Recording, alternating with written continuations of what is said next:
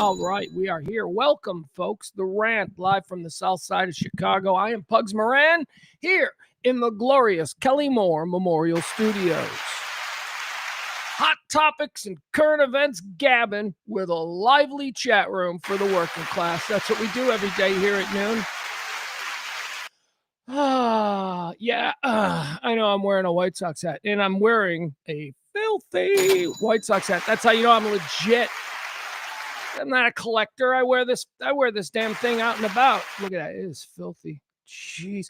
Here's what happened. I forgot my hat. I forgot my little black hat. You know, I always wear my little black hat. I forgot it. And I went out and I'm driving here and I look in the rearview mirror and I'm like, oh shit, I'm bald. I'm totally so yeah. That's why I'm representing. I had to just grab this, off the hat rack. By the way, these are all wearable hats, I'll have you know. I always think that's such a poser move whenever I go into a friend's house or he's a fan or something and he's got like his hats on display and they're all like, perfect brim. And don't even get me started on how kids are wearing hats these days, but whatever. And not even kids, 45-year-olds. Anyway. So I always like look at these hats and I'm like, see, you don't actually wear these. That's a cool hat. You don't wear that hat. No, I don't wear that hat. That hat stays on the shelf. And I'm like, okay, cool. All right.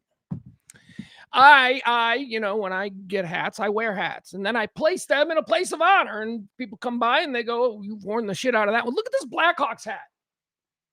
You know how old this Blackhawks hat is? Look at this thing. This thing is garbage at this point, but I display it proudly because I'm not a poser trying to convince people that I like things. I actually participate in the things that I like. And if that means I have to wear a shitty 20-year-old Hawks hat, I will.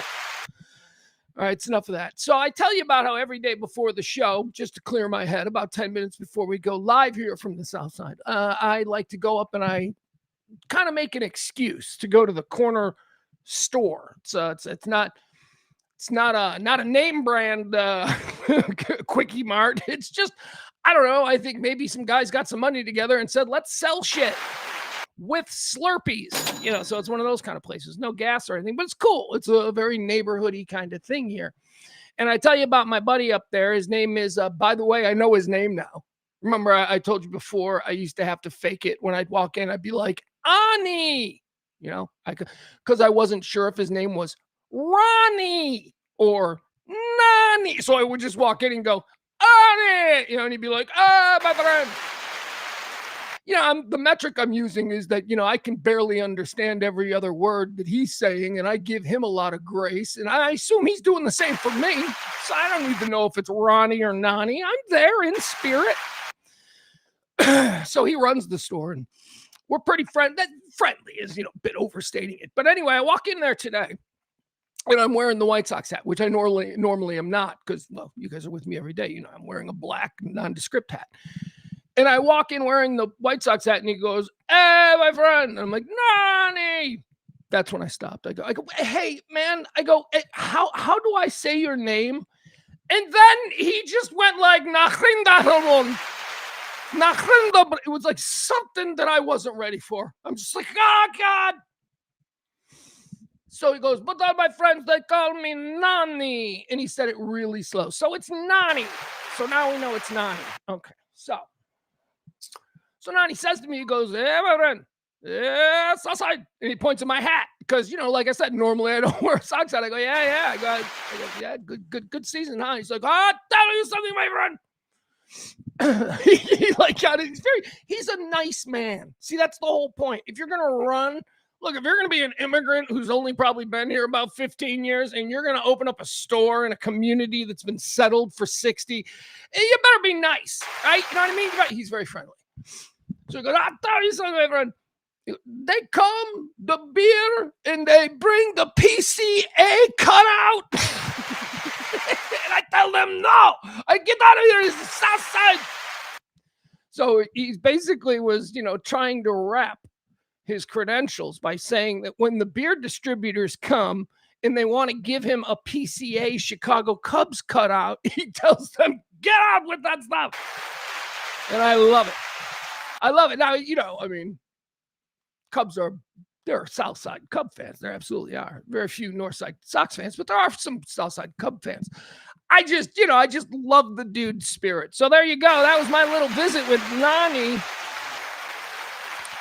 And it speaks to the tone and the temperature, my good friends, of what exactly is happening this summer as it concerns baseball, my new favorite pastime. That ain't true.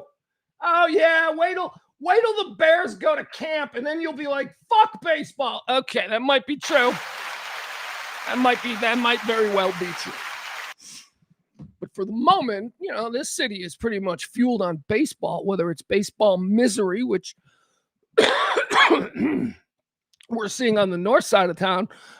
Again, the Cubs are really struggling under the weight of expectations. They were supposed to be really good. They spent a lot of money. They had a right to believe that they were going to be very good. And they're in the middle of a 10-game losing streak. So, there's this like really bad baseball energy. And it's being counterbalanced by just like really, whatever, man, on the south side, which is like a reignited fan base in a team that just a couple of years ago set the Major League Baseball record for most losses in a season. I mean, you want to talk bad news Bears. We've gone through 3 seasons of bad news Bears. And now we don't suck anymore. Yeah, we're not good, but we don't suck anymore. And our guys try really hard, and they're young, and it's fun, and it's electric. And I'm telling you, this is like a tornado type event. You've got the cool, fun air on the south side with the White Sox fans being like, you know what? It's time to come back and support this team. They're showing us something. And then you have the north side where the Cub fans, again, are struggling under the weight of expectation. And because of the overall point I'm trying to make here, I won't go into too much about what the Cubs are going on, but they're in the middle of a losing streak. And their manager is under fire and their superstar is under fire. And for some reason, it's just a weird thing that's happening up there. And I believe that they're good baseball players on the north side. And it's a long season and they'll shake it out. So good for them.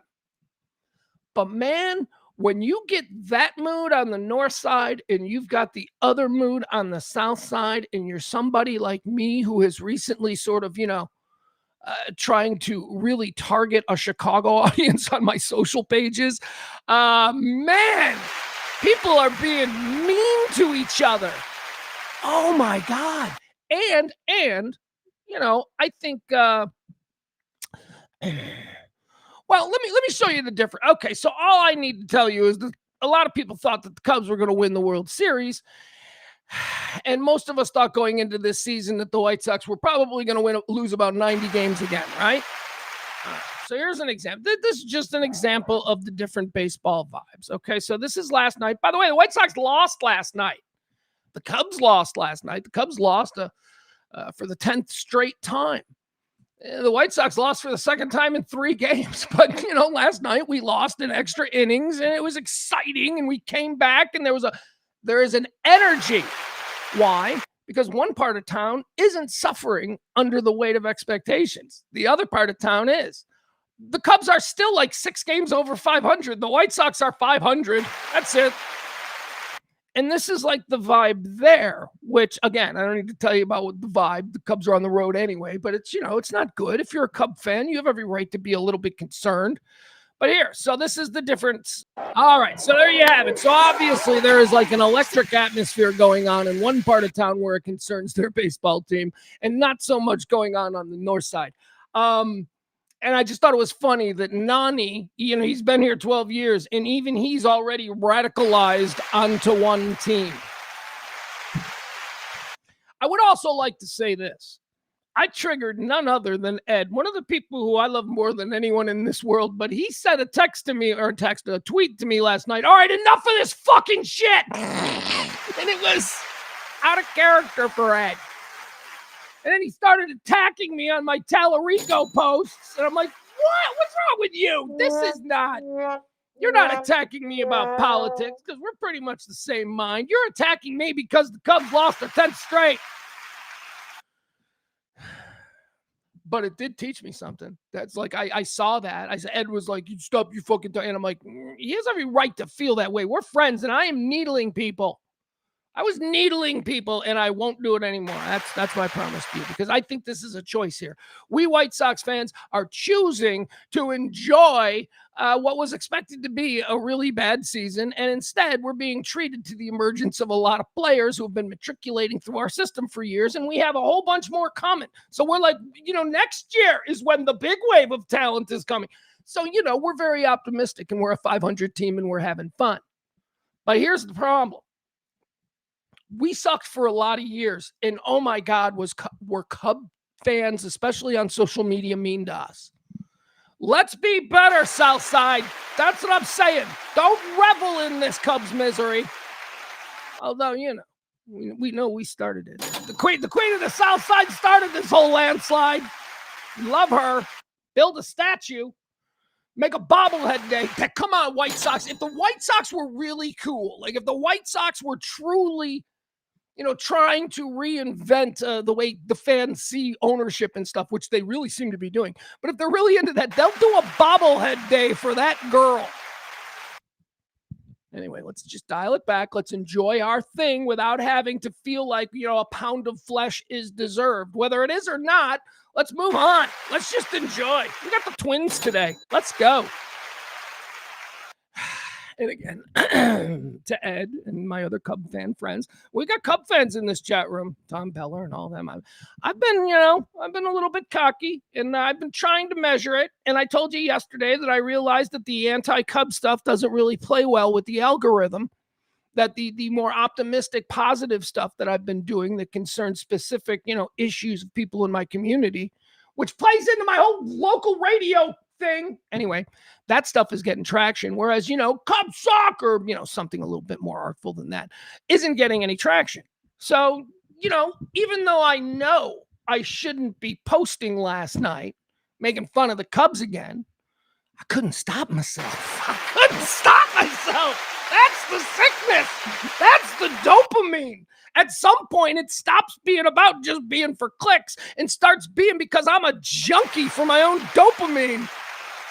And just the idea that there's some guy in Naperville who's a Cub fan reading it and getting angry was enough for me to hit send.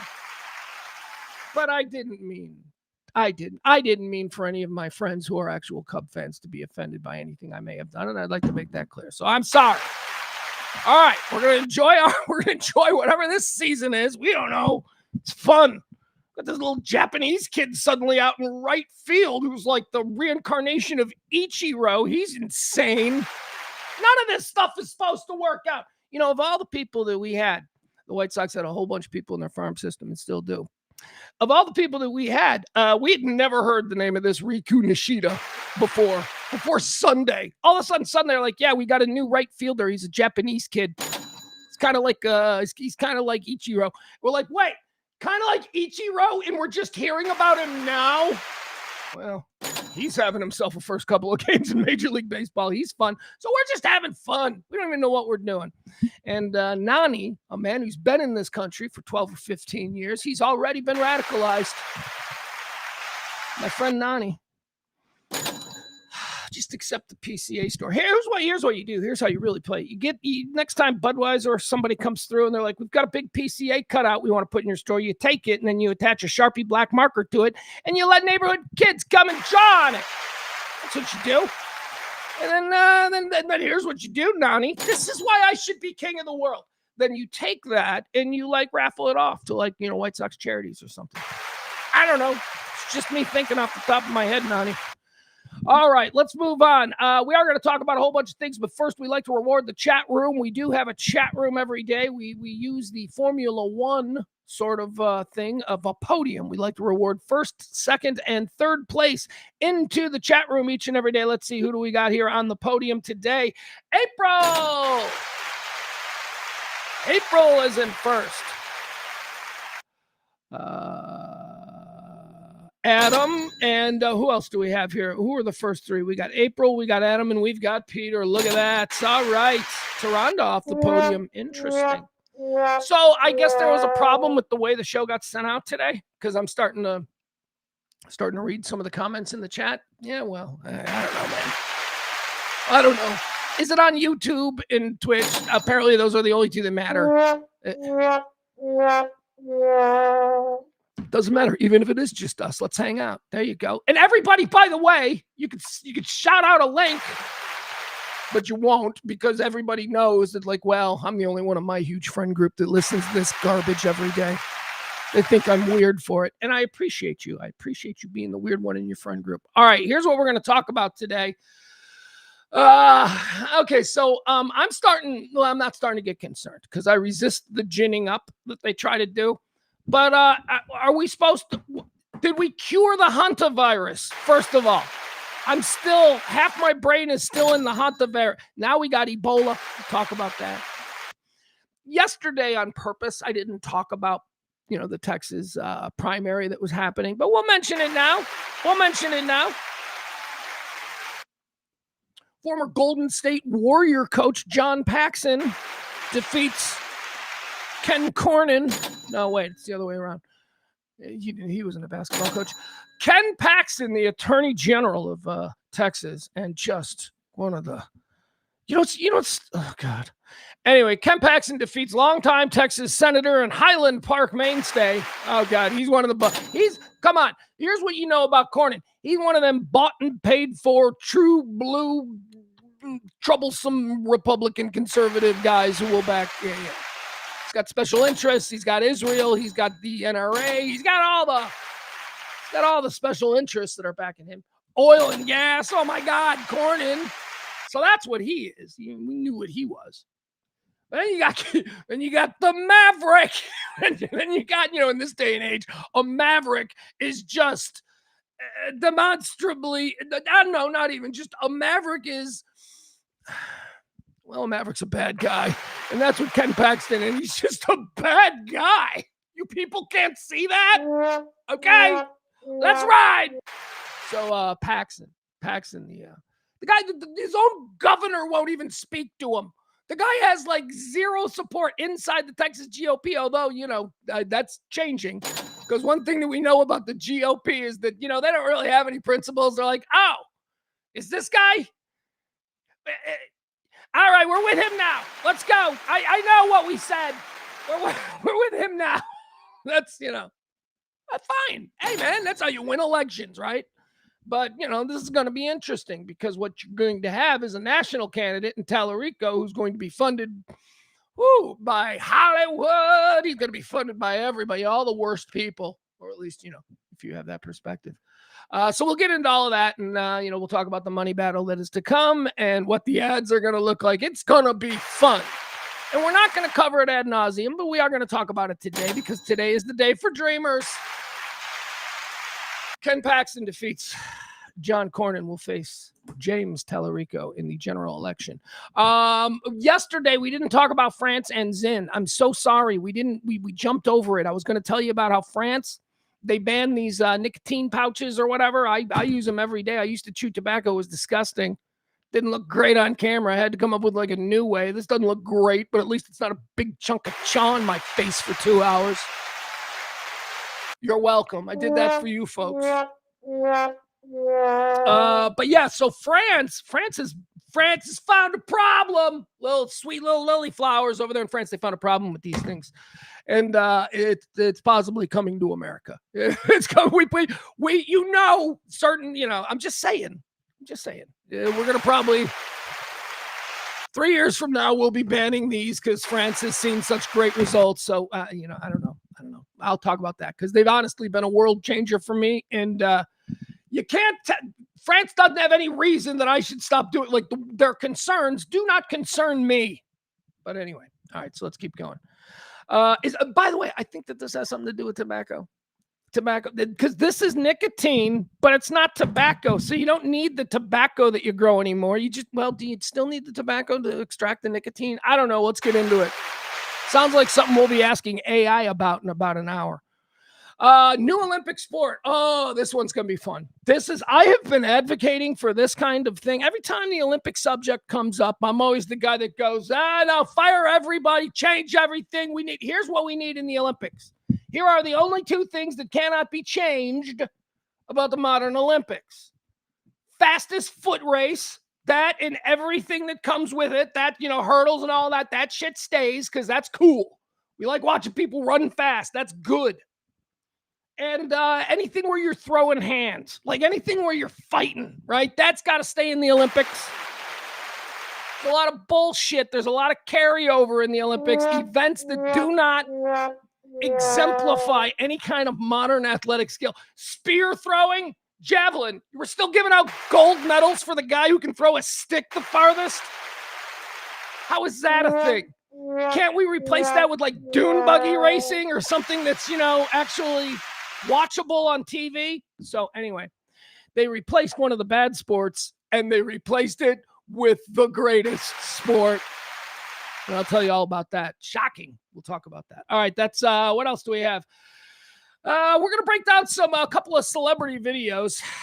We're going to try and figure out Russel Crow. He went viral. He's out there at what is it? Cannes? Is that where the rich people go to watch movies?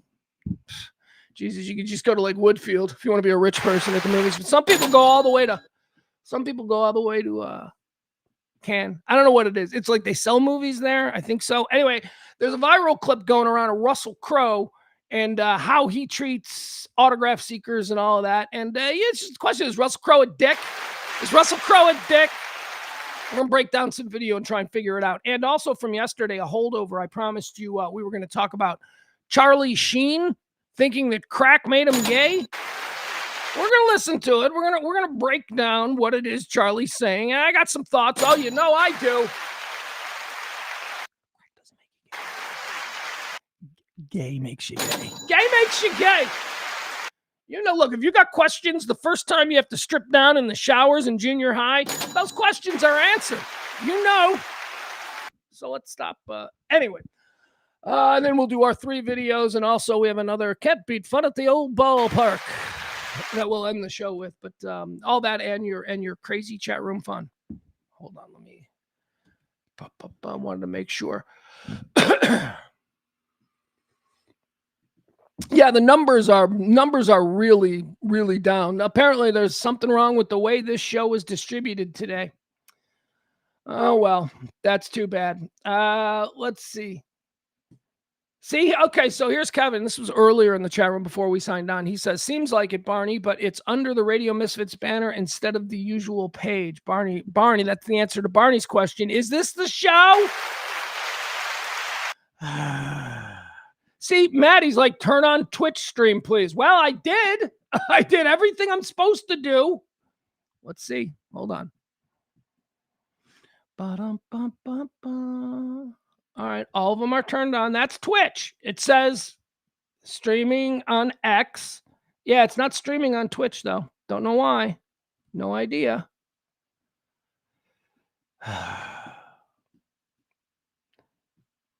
Huh. Yeah, Maddie, I don't know. I don't know what to tell you. We are streaming live on Radio Misfits Facebook. We are streaming live on Pugs and Company Twitter. We are streaming live on Radio Misfits YouTube, and that's it. We should be streaming live on a whole bunch more. I don't know why. I don't know why we're offline here. Well, that sounds like a problem for after the show. Yikes. All right. So there's always a problem for after the show. Let's see. Here you go. Mama B. Mama B's in the chat room. Mama B's diehard Cub fan. She says Cubs will be back. Sox will do okay. I don't need you. Okay. Okay, Mama B. Sox will do okay. Pretty certain that your Cubs will be back, and the Sox are just gonna what? We're not allowed to dream on the South Side. We're not shocked by the emergence of these superstars we've never heard of before. I love you, Mama B. I love Mama B, but that's the kind of that. This is exactly what we White Sox fans put up with. Cubs will come back, no doubt. World Series, we're the best. Sox will do okay. See what I mean?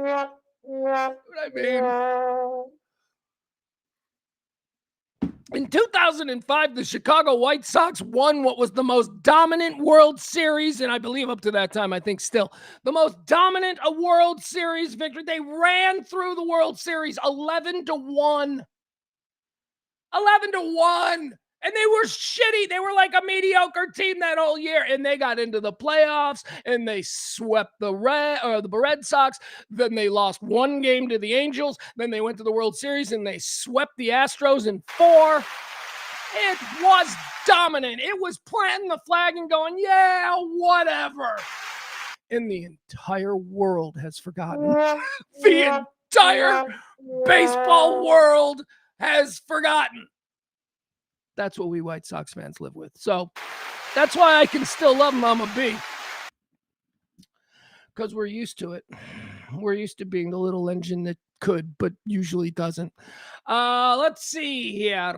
Who else do we have? We got Al. We said hi to April, Peter. I'm trying to see if there's anything I want to bite on here in the chat room before we get started. No politics. I'm not doing any politics from the chat room. Okay, we addressed this. Maddie, you're not on Twitch, and I cannot push you algo without it. That's why I know. I don't know what to talk. What? Okay. Now we're on Twitch. I just went. I don't know why it's not streaming. All the other ones are streaming, but you're right. Twitch says I'm offline, so that's a problem for after the show. We do a lot of these shows. We do them every day. We'll get there.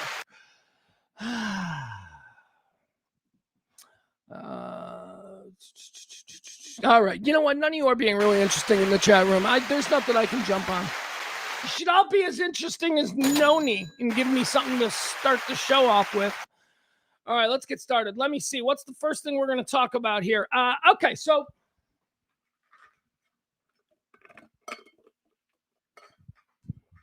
wasn't it just last week when I was like doing daily like updates on the hantavirus and the spread and the people in Nebraska and oh my God, it's a boat and the people were on the boat and now we're all gonna die? Wasn't that just a week ago? Has anybody said dick about this hantavirus thing in weeks? Is it boring? Is that what it is? Has television, has the news media, has the gatekeepers decided that the slow incubation period of certain diseases are just, they don't warrant the kind of attention? Because we've stopped talking about that hantavirus thing altogether, and I'm not entirely sure that we've, fixed it. But anyway, it's on to Ebola. Yeah, because Ebola. Now, Ebola is the good one. About hantavirus, what is we don't know what hanta. But then again, to be honest with you, I wouldn't have classified as a coronavirus or COVID-19 as, a big one in the beginning. I'd be like, this is nothing. It's like flu. That's kind of what we thought. So whatever. But here's what we know. We know that Ebola makes you poop out your insides. And ain't none of us want to poop out our insides. We also know that Ebola is like worst case scenario, perfect storm shit as far as being transmutable. Is that the right word? I don't know. I'm reading stuff about Ebola.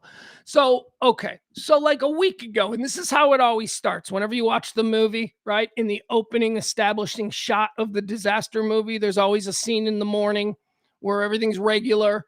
Mom's packing the lunch and dad's putting the tie on and he's like, honey, how do I look? I got a good big meeting this morning. Dad's doing that. But always on the TV in the background is some shit going down that we're not paying attention to.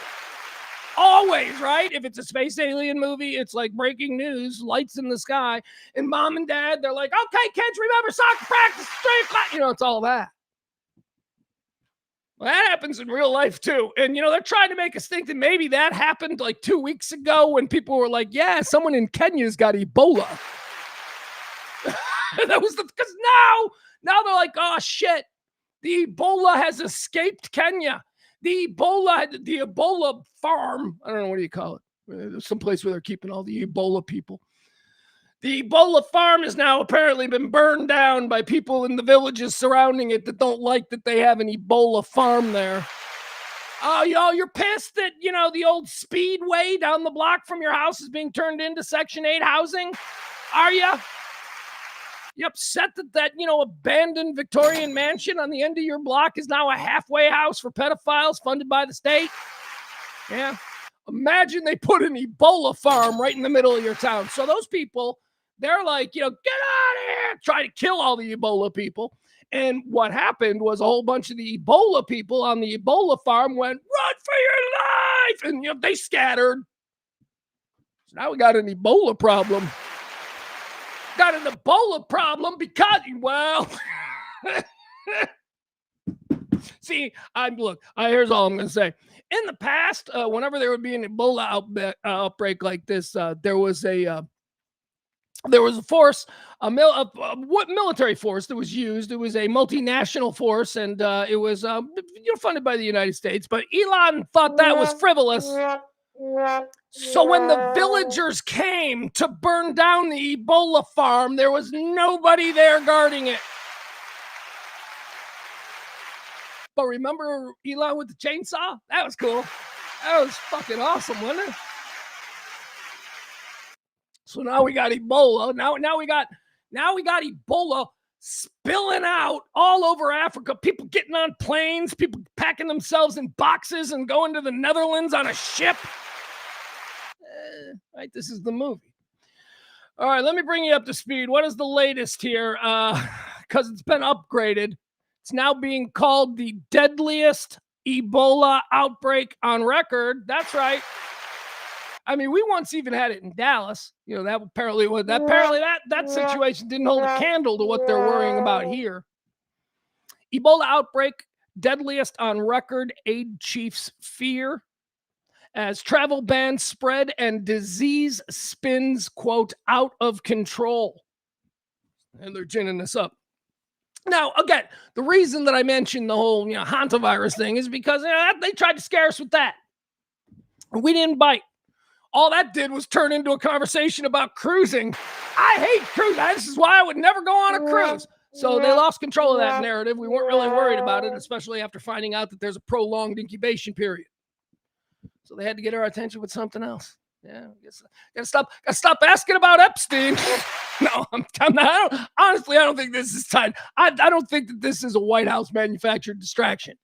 I think this is a real world event that things happen, and when the world is governed by more capable people, they keep a lid on such instances. But now we've got Ebola spilling out all over again. Because we used to have guys with guns and tanks and shit, and they used to guard perimeters and make sure that villagers who didn't want an Ebola farm in their little town didn't come in and try and burn everything. Well, we ain't got that no more. So that's what happened. It says here, now, again, you can read the stories. It'll be like, no, that's not it at all. It says a warlord. I'm like, well, what do you think a mayor of an African village is called? He's a warlord. It's tribal. What? Yeah. Just I'm making it stupid for us so that we can understand it. A suspected 223 people have now died from the rare Bundigo.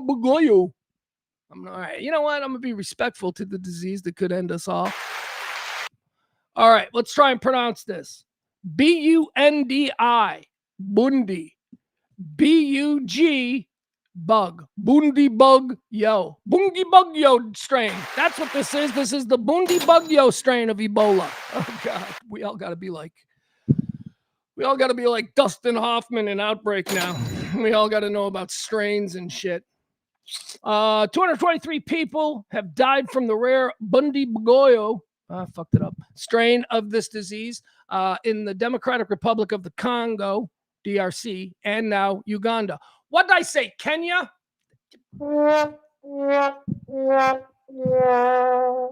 Same thing, right? I don't even know. Do you know that if you put up a map of this is how white guy I am.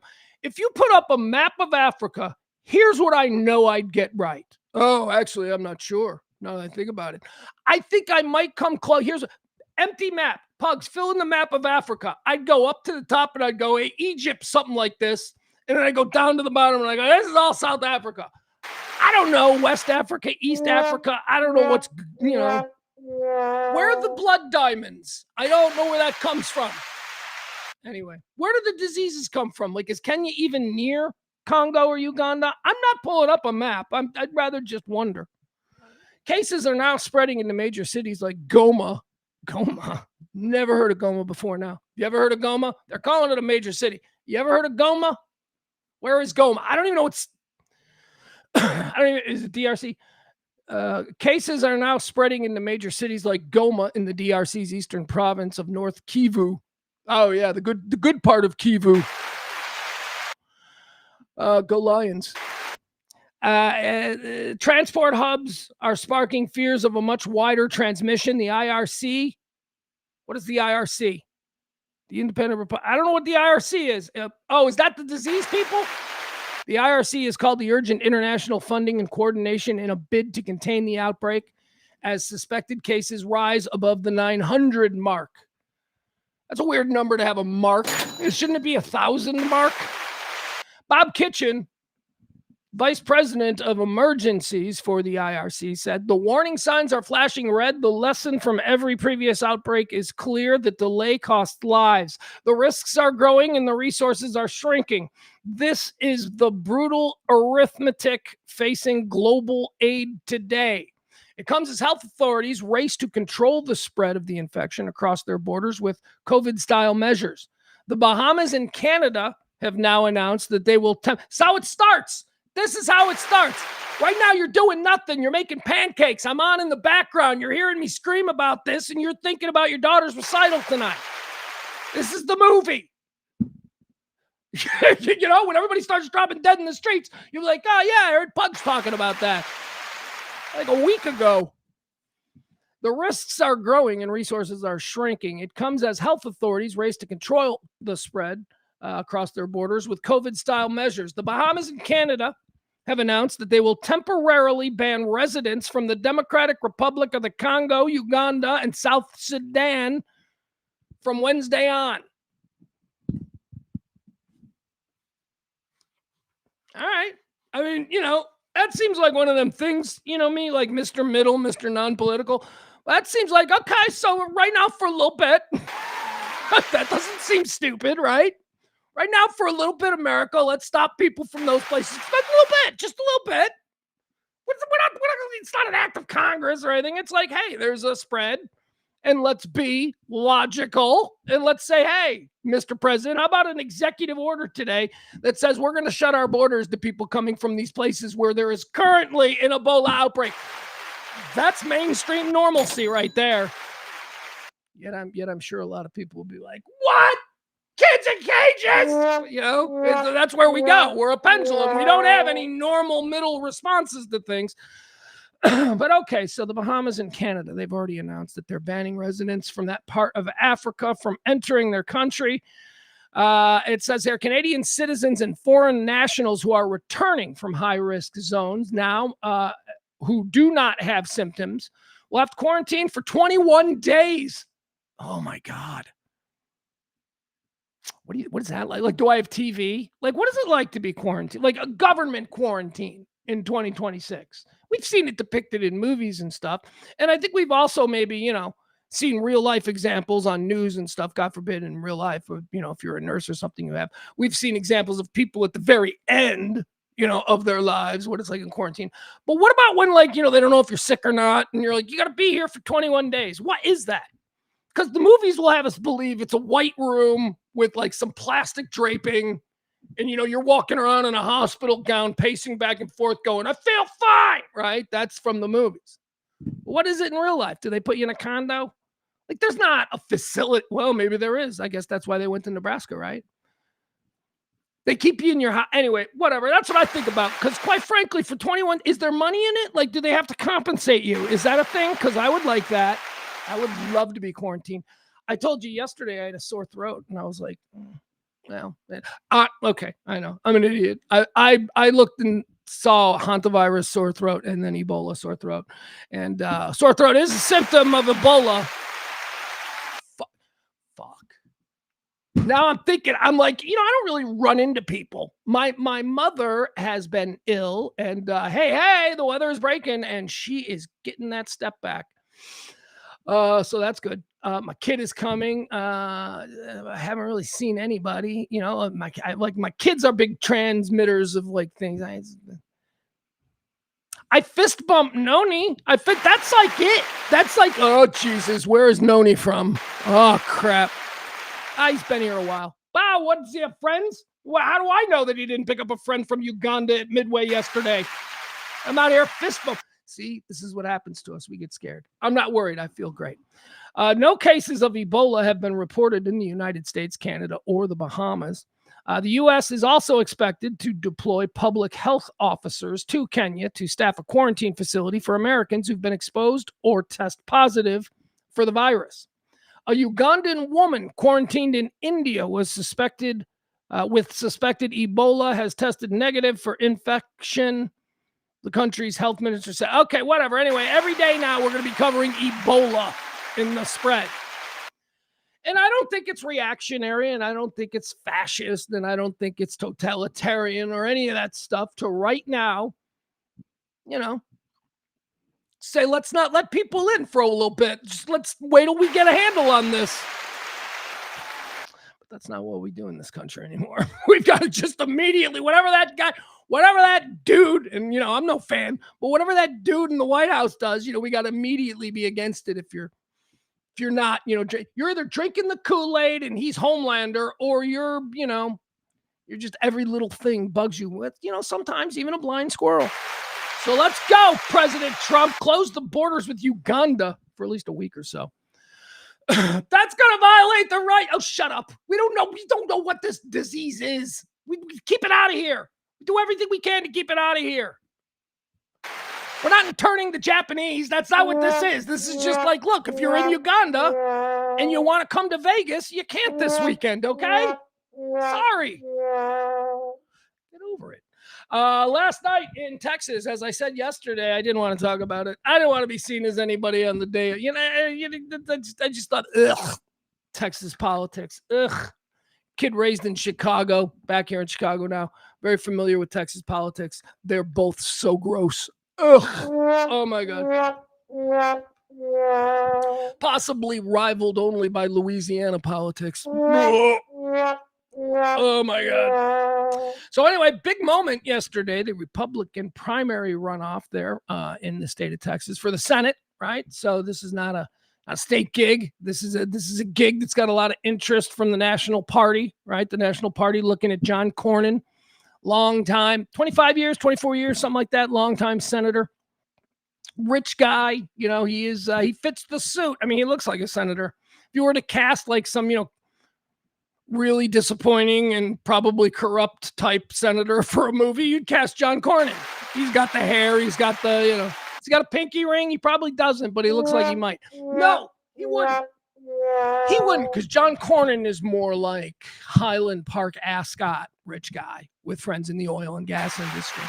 He's bought and paid for by everybody, has been for years and years. He doesn't do anything that oil and gas or Israel or the NRA wants him to. That's who he is.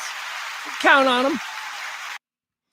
And apparently he has voted like 100% of the time with Donald Trump, but Donald Trump endorsed the opponent, who is Ken Paxton, the Attorney General of the state of Texas. Look, there's going to be a whole lot of Ken Paxton stuff over the next couple of months because big money is going to be dumped into this for the general election in November. Crazy big money. Look, here's the thing. Ken Paxton is running against a guy who is pretty much 180 degrees from him. And what's hysterical is the projection that they are putting out there. Like the first round last night, after John Paxton defeated longtime Texas Senator John Cornyn, the first round of bring on Tallarico next kind of shit from the pro-Paxton camp was this guy's too weird, which is just such projection because Ken Paxton is like the weirdest, creepiest fucking guy in politics anywhere. Nobody likes this guy. I don't know how. Well, apparently he appealed to a lot of rural communities, and good to him. But he has no support inside, or at least no legacy support. The governor, I don't know how Abbott's going to... Look, I'm not a fan of Abbott either. But Abbott doesn't like Ken Paxton. Hates him. Won't even talk to him. Thinks he's a disgrace. Maybe he hasn't come out and said exactly those words, but that's the vibe. They don't like each other. They've been adversarial for years over all kinds of things, most of them having to do with Ken Paxton scandals. So anyway, that's what the Dems are going to have. The Dems outside money. They are looking at they are looking right now at Ken Paxton winning and licking their chops because this is who they wanted. It was going to be incredibly difficult for outside liberal money, if you will, to come into Texas and defeat a long-standing guy like John Cornyn. He had the support of the governor. He had the support of this. He had the support of everything. The infrastructure, the machine, both local, regional, and national. That's what Cornyn had. All of them were against Paxton. And now, because the president of the United States said, I'm going with the sleepy eye guy. He likes sleepy eye guys, right? He's got Kash Patel. He's got a sleepy eye. He likes guys with like obvious physical frailties. Anyway, so he's like, I'm going with the sleepy eye guy. And because still in rural Texas, the president holds a lot of weight, they voted for Paxton. Again, even though Cornyn has been 100% in Trump's vote, his record is like anything Trump wants, he gets, but it wasn't good enough. So what's happening at the national Republican level right now is that they're doing what they do. They're circling the wagons, and they've, Ken Paxton is the opponent, but they are fully aware that they have the flawed opponent now. They are fully aware that Texas is not the slam dunk that it would have been Cornyn versus Tallarico, now that it's Paxton versus Tallarico. So the GOP at the national level is going to have to spend a whole lot of money in Texas, money that they have never spent in Texas. That Tallarico is weird and he thinks there's 20 genders. He was citing a study. It's not necessarily his belief, but whatever. It's politics. Run with it. They're gonna have to dump money into all of that stuff in a way that they weren't expecting to. And that money doesn't come from an infinite well. That money was earmarked for other places, battleground states like Ohio, like Maine, places where Republicans were holding on and needed that money, that national money, to fight really big battles. Now they got to dump that money into Texas, which is going to be the most expensive senatorial campaign in the history of senatorial campaigns. They didn't want to do that. And why are they doing it? Because Tallarico already has this insane war chest, and he hasn't even started campaigning yet. Really? I mean, he hasn't known until today who he's running against. So it's going to be a dog race, man. It's going to be interesting. Well, actually, I just mixed metaphors there. It's going to be a dog. It's going to be a dog fight. It's going to be a horse race. Although dog race also kind of works there, right? Let's see, anything else? What other thoughts do I have on Cornyn and Paxton? I don't know. Texas is now in play for the Democrats. See how all those California transplants take to Ken Paxton. Yeah. We'll see. Anyway, there you have it. So we're not going to be covering that very much. We don't do politics here, but I do think it's interesting that there is the best case scenario for the Democrats occurred last night. It was what they were hoping for. They wanted the flawed candidate. They got the flawed candidate. And now everybody in the country who just a day ago was talking about what a pervert and degenerate he was now has to kind of be like, comfortable standing on stage next to him. Yeah, I know what you're saying. You're like, Pugs, that shit doesn't matter to people. People are stupid. They don't fucking care. It's like, well, it doesn't matter, in the macro, really. People, you're right, a big population will, in a crowd, cheer anything. But it'll resonate with individuals, and it'll do enough damage where people will be like, what? This guy, I thought this guy was a pervert. This guy, I thought this was... So, we'll see. That's why he's a flawed candidate, because of that reality. And a lot of money is going to be spent in Texas by Republicans that had never been the case before. And, they should be worried. They should be worried because there's a lot of money. There are going to be ads coming from the Tallarico camp that are they're going to be endless. Like every other ad is going to be about another Ken Paxton scandal or another skeevy thing that he said or another stupid thing that he was behind. They'll go back 10 years. They will humiliate this man. He is not going to survive the microscope. When you take all of his body of nonsense and just cram it down Texans' throats day after day after day, commercial break after commercial,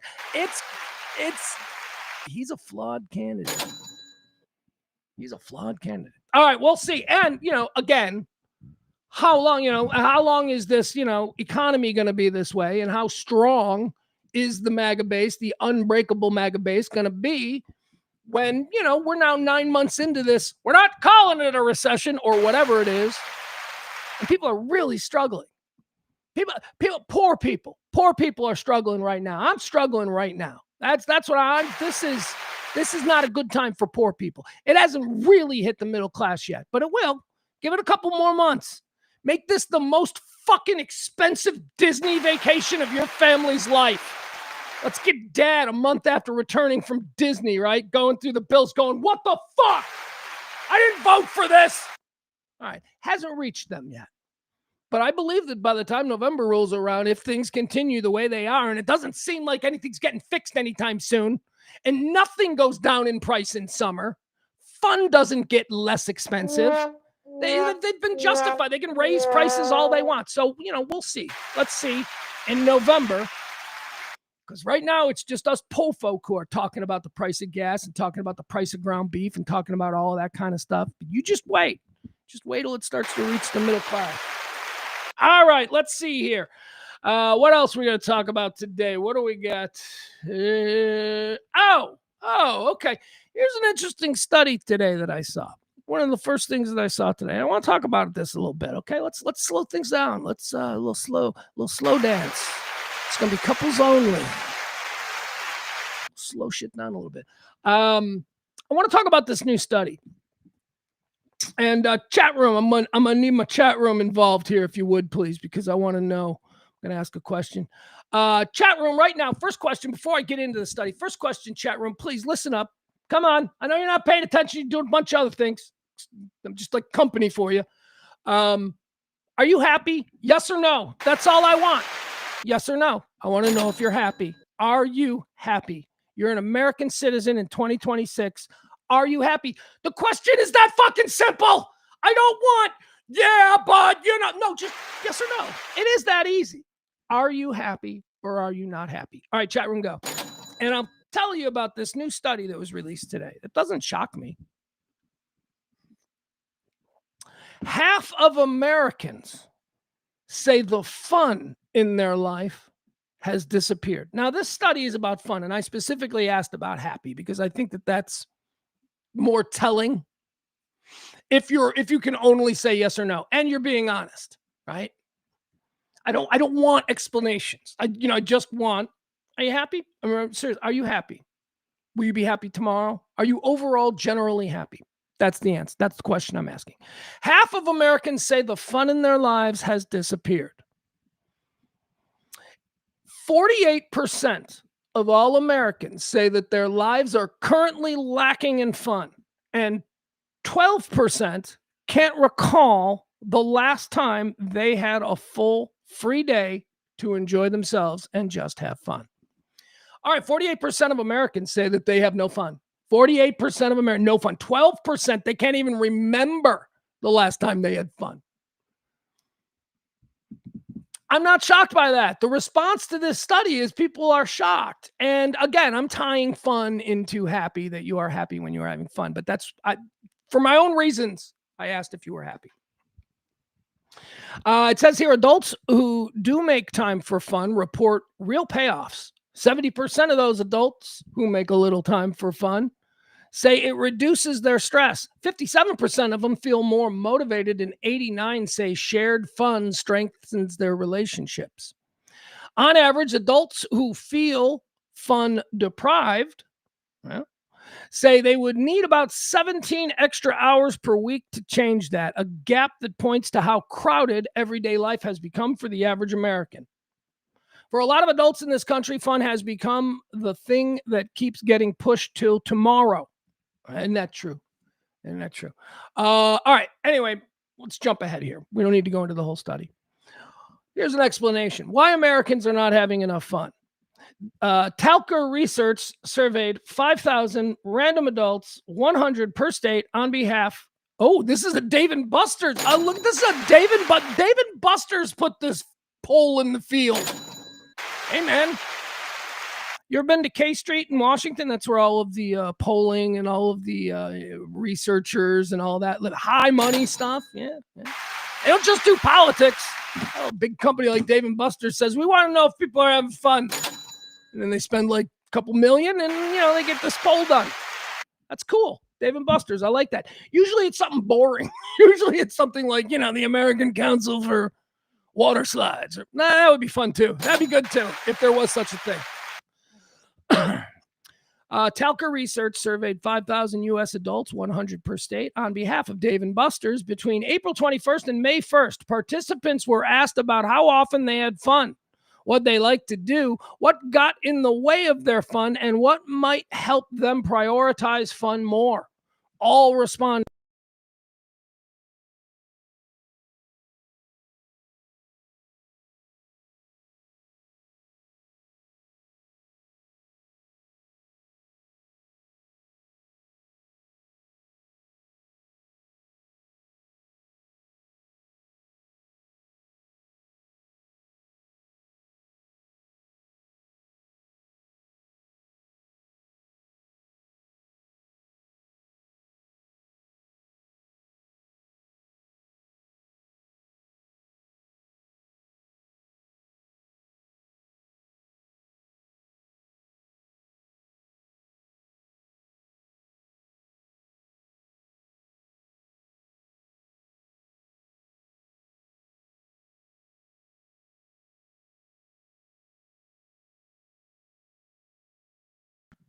Oh, for crying out loud. How long ago did that fucking happen? Excuse me. It did it to me again, Restream. It's not putting the show out and then it cuts my mic off. Oh my God.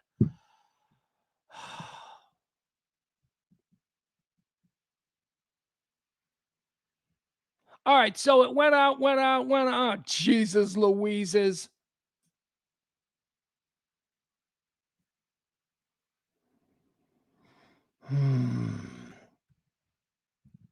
Ugh.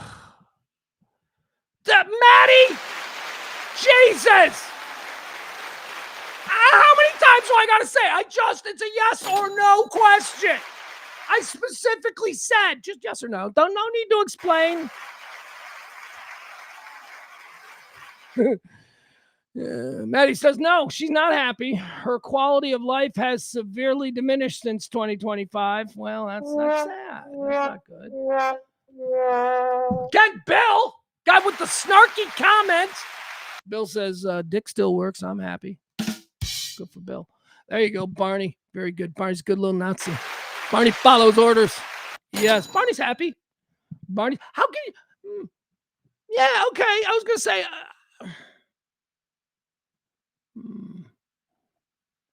Well, I mean, I'm not going to accept that. I totally accept that. Point is this. You seem very angry for a guy who describes himself as happy. Like, I look at all of your, well, okay, I guess divisive politics are what makes Barney happy. Because you would think from Barney's footprint on Twitter and stuff, which I follow Barney. I like Barney. Barney's funny. But Barney's very active in, his particular political partisan warfare. And it always seems like you're mad. Are you not mad? It seems like you have had it. I mean, and yet, no, I'm happy. That's all good. I get you. April, okay. Nobody's going to listen. That's fine. Whatever. You know what? I'm not a fascist here. You people, we're all equal. This is, Jesus, you send me money for crying out loud. April says April also refuses to answer yes or no. She says, I have a happy mask, which I'll allow. Because that is some deep shit. That's some deep shit. I get that. I get the happy mask. And right about there is where sound went out. All right. All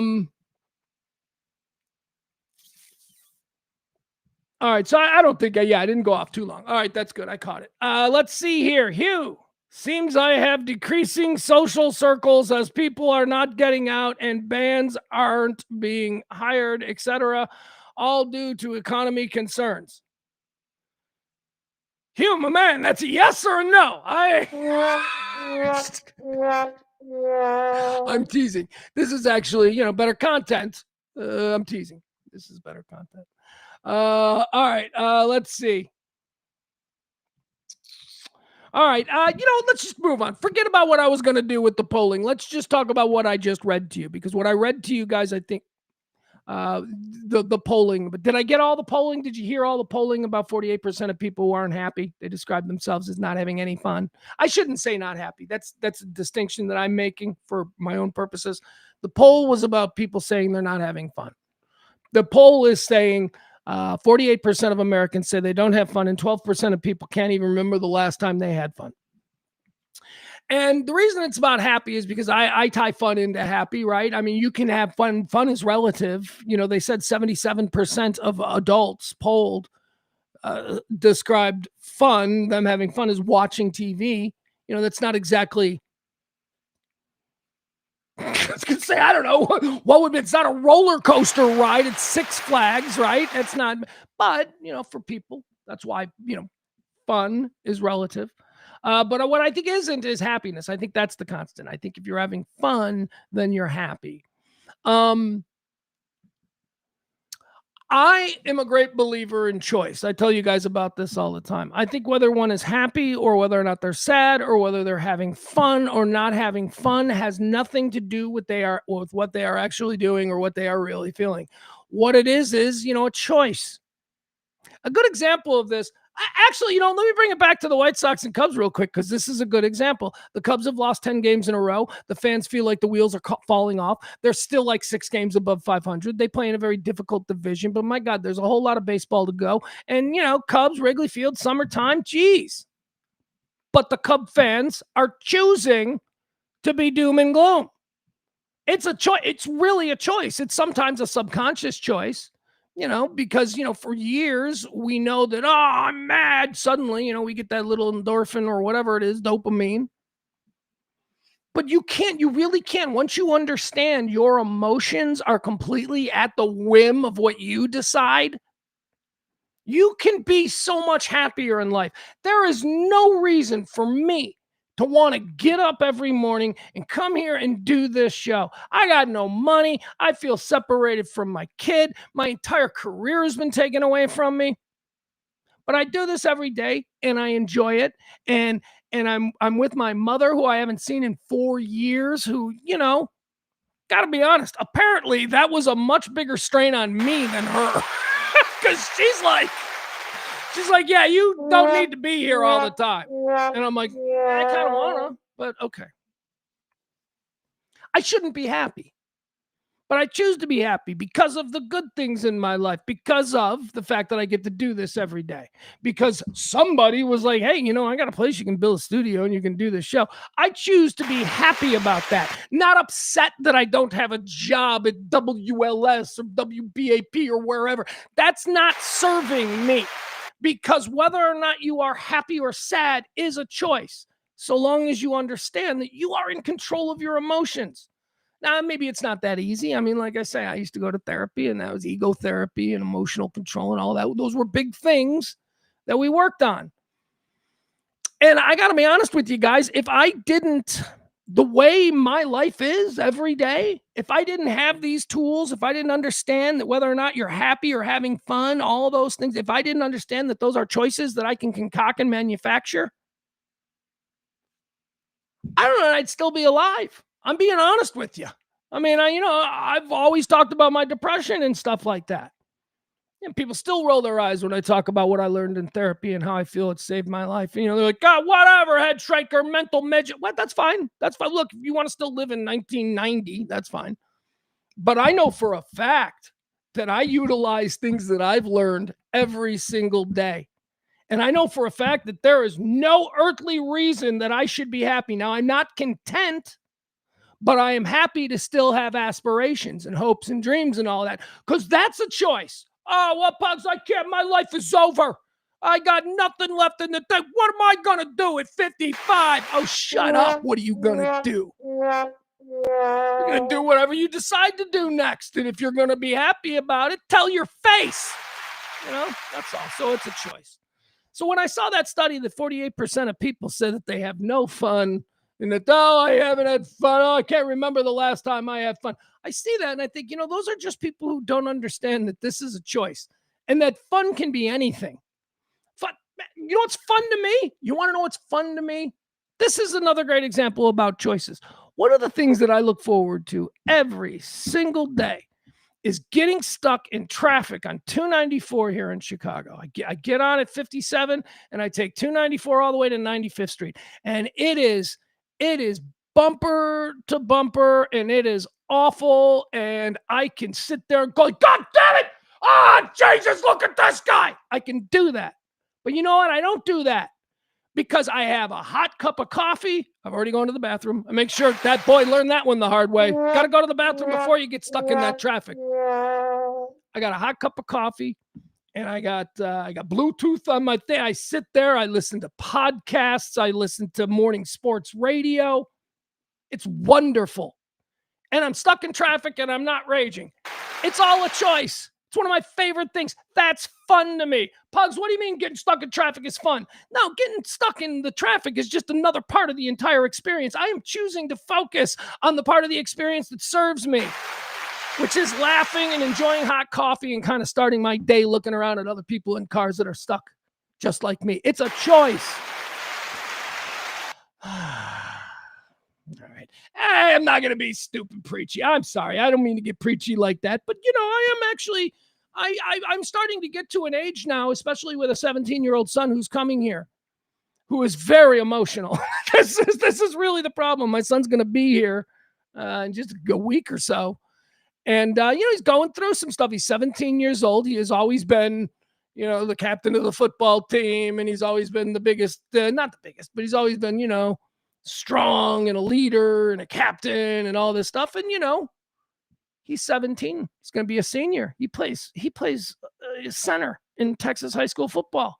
He's not 6'3" and 305 pounds. And he's had to confront that. And he's doing great. This is not me painting him like, oh, he's a basket kid. No, he's doing great. He's like dialing. He just crushed his SATs. He's dialing into his work. He's working at In-N-Out Burger. He's working at In-N-Out Burger, trying to make as much money as he can before he comes to Chicago. And, but he doesn't know who he is. And he's very emotional. Like, he's like, can I even wear my jacket anymore? Like, seriously, those are the kinds of things that 17-year-olds going into his senior year of high school, he's got this beautiful athletic jacket with, all this stuff, shit he's earned. And I'm like, yes, you can wear that. You earn that. Those things, those patches are things that you've earned. Just because you're not adding to that jacket doesn't mean that you didn't do those things. Anyway, we got a lot of stuff to get into. And one of the things that I really want him to understand this weekend, without having to go sit with some stranger in therapy for a couple of years, I want him to really learn about emotional choice. So I thought that story there was interesting because I think a whole lot of people out there are making the choice to not have fun in the moments that they are choosing to make miserable.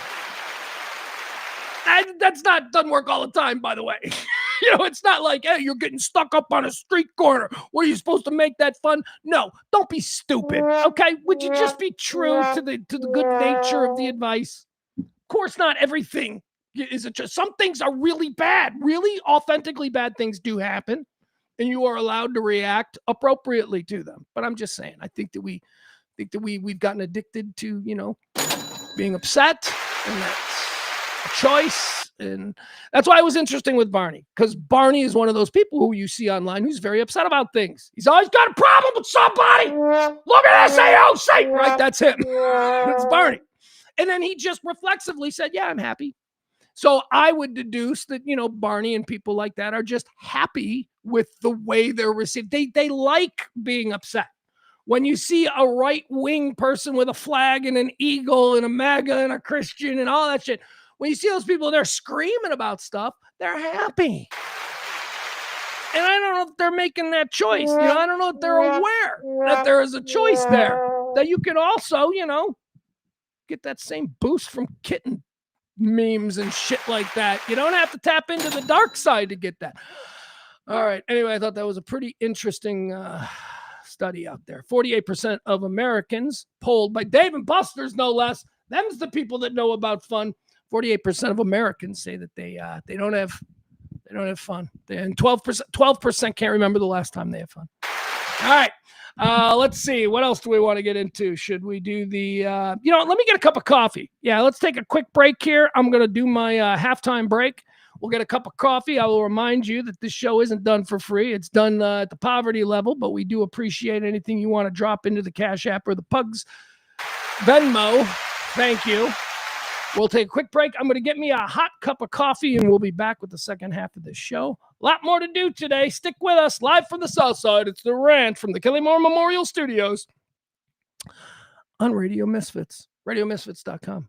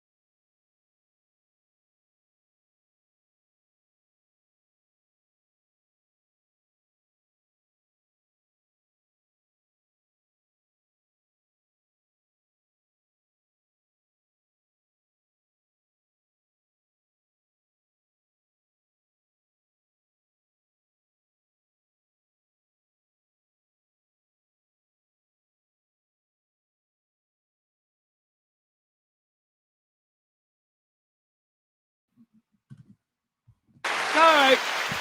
We are back. Not too long of a break there. Turns out I got stuff to do this afternoon. Okay, where are we? Let's get rid of the back in the moment there thing. Let's remind everybody that you can follow the show on Twitter. You can follow the show on Facebook. Here's what you're doing. You're looking to follow either Radio Misfits or Pugs Moran. Both will do you. You sure would appreciate it. Okay, what else do we need to do here? All right, so I want to talk about the situation. I jumped over it yesterday. I meant to do it yesterday because this is so important to me. France has banned nicotine pouches, okay? Most commonly known as Zyn, or this brand that I use here. This is on.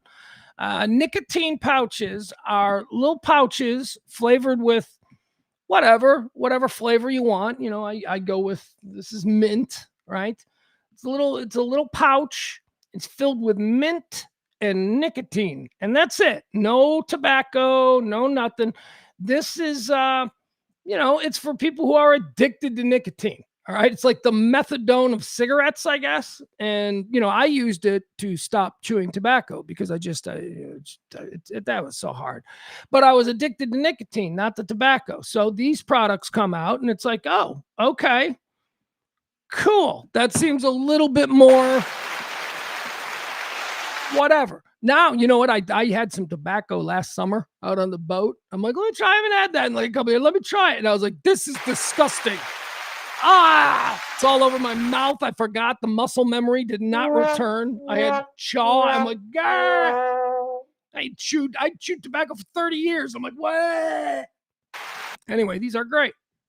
So let's move over to our friends there in France. They have banned Zyn and nicotine pouches or whatever. Here, I'll give you the full story. France bans Zyns and other nicotine pouches with violators facing 5 years in prison and a shocking fine. It says here that France's health ministry, they're behind this. France's health ministry has banned a number of popular nicotine-based products, including Zyn pouches, and violators of the law could face a nearly $500,000 fine and years in jail. The prohibition extends to the use, acquisition, possession of, and sale of oral nicotine products such as pouches and gum lozenges. Those violating the law could be penalized by up to 5 years in prison and a $436,000 fine. Now, the first thing that I thought was, is this, the French cigarette smoking influence, right? I mean, aren't babies born in France with a cigarette dangling out of their mouth, right? You always think of like the very sophisticated kind of a thing. Is that what this is? Because cigarette smoking is really dropped around the world. Not in Vietnam or places like that. That's where you'd still see the 2-year-old smoking on a cigarette. You're like, that's awesome. I mean, I'm glad it's not in America, but that's kind of crazy. You still see it in third world countries and all that stuff, cigarettes. But really in the modern world, in the modern Western sophisticated world, you almost never see. I told a couple of years ago, I've been saying this for a couple of years now, it's how uncool it is. I saw like a 16-year-old kid. He was wearing an AC/DC t-shirt and he had a skateboard and he was standing out in front of a 7-Eleven. This was in Texas. This was the 7-Eleven there, right across from SMU, Hillcrest and like University, or now Hillcrest and whatever. Anyway, it's over there. It's like 15, 16-year-old kid with an AC/DC t-shirt and a skateboard, and he's standing in front of the 7-Eleven and he's smoking a cigarette. And I thought two things. I thought, one, that is the coolest teenager in America right now. Second thing I thought was time traveler. That's a time traveler from 1983. And you don't see that anymore. You don't see kids smoking. I will say this, that there has been a movement, and you can see it virally with influencers, trying to get people smoking again. Because influencers are good. But yeah, smoking is kind of becoming, something that like only the coolest of the cool are doing again. Which is a problem. It means everybody's going to be smoking again. But France, again, babies born in France with cigarettes dangling out of their mouth, They seem to have taken this fight to the tobacco, cigarette alternative market, banning Zyn, banning banning all those products. The ban includes products such as Zyn, which originate in Sweden and has surged in popularity throughout Europe and the US in recent years as a tobacco-free alternative to smoking. According to the National Youth Tobacco Survey, nicotine pouches were the second most frequently used tobacco product in 2024 among American minors, eclipsed only by e-cigarettes. Okay, so nicotine, being addicted to nicotine, I understand that's an 18 and up kind of gig. You got to buy cigarettes forever. You've had to been 18 years old, right? So we were never like, let's market this to kids. So that's never been something we've done. And I can't imagine something that we would ever do. Market a product targeting children, which contains knowingly nicotine. Not a thing. I say knowingly because, plausible deniability has won a lot of court cases over the years. We didn't know. According to the National Youth Tobacco Survey, nicotine pouches were the second most frequently used tobacco product in 2024 among American minors. Nicotine pouches, also known as sachets, are small white... Who calls them that? Is that a European thing? Nicotine pouches, also known as sachets, are small, white, rectangular, filled with a powder laced with nicotine. Laced! It's laced!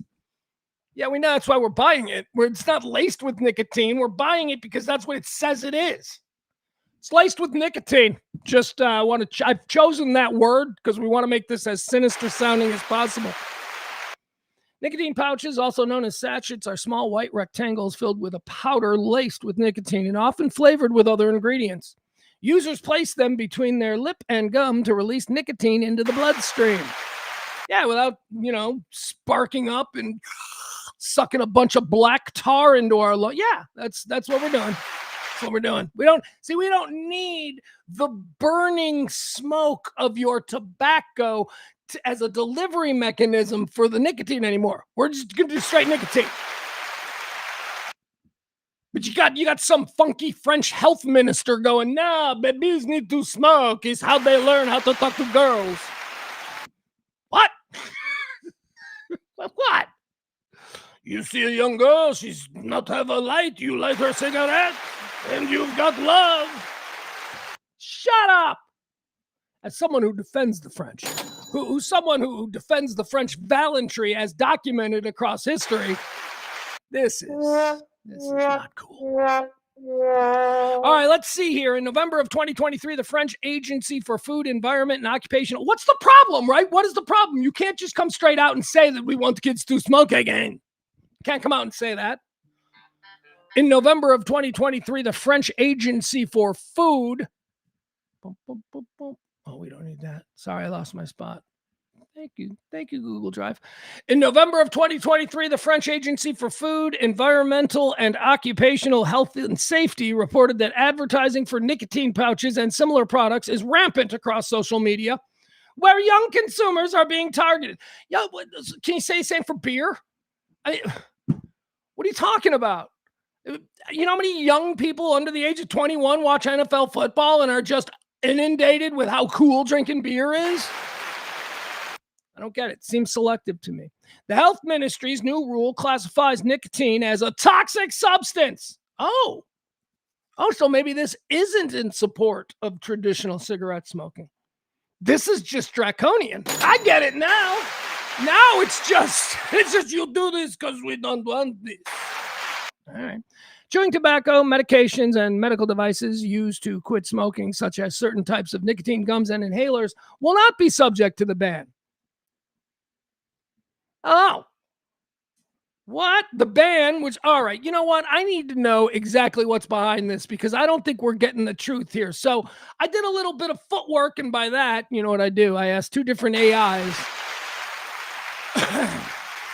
And I looked for a consensus. My question simply was, why did France ban nicotine pouches? So here's what they're saying. France banned nicotine pouches and other non-medicinal oral nicotine products to combat... Oh, they're poisoning me. Excuse me. France banned nicotine pouches and other non-medicinal oral nicotine products to combat severe youth addiction risks and address a steep rise in accidental teenage poisonings. By health ministry decree, France has officially classified consumer oral nicotine as a toxic substance. This effectively criminalizes the sale, import, possession, and use of products like Zyn. French health authorities and the government enacted this hardline prohibition due to several key factors. Okay, here we go. Protecting youth from aggressive marketing. This is what's behind it. French authorities noticed that tobacco-free nicotine pouches were heavily targeted at young demographics in reports by the National Health Agency. Well, young, over 18, what are we calling young? Because, it's a legal product, although you're made it illegal, but it is a legal product operating in a commercial space, social media, where, the suggestion to the marketer is that there are no children there. I mean, I've seen alcohol promoted. I've seen whiskeys promoted. So, this is a parent thing. Parents got to police their kids in kids are going to be exposed to stuff. But parents have to make sure that the kids know what it is that they're being exposed to so that they can't be, duped the way the French are accusing, these companies of doing online. They're just marketing. They want 19-year-olds. There's nothing wrong with them going after 18 and 19-year-olds. That's how you build product loyalty. You get them when they're young and you make them addicted to your product. We're suddenly calling foul on something that seems like just the way business goes. They've done as I said, I was kidding, but they went draconian, and they are just, it looks like, trying to eliminate this measure of distribution for nicotine while still allowing chewing tobacco and Nicorette gum and all that. I don't know. Don't tell me about aggressive youth marketing when there's all kinds of other things that are sketchy as far as how they present themselves to underage kids. High potency and rapid addiction risks is another reason that they say in France that they're going to ban these things, Zyn products, because nicotine pouches do not create smoke, vapor, or odor. Said that weird. Odor. They allowed students to hide their usage undetected in classrooms and public spaces. All right, let's break that down. That's ego.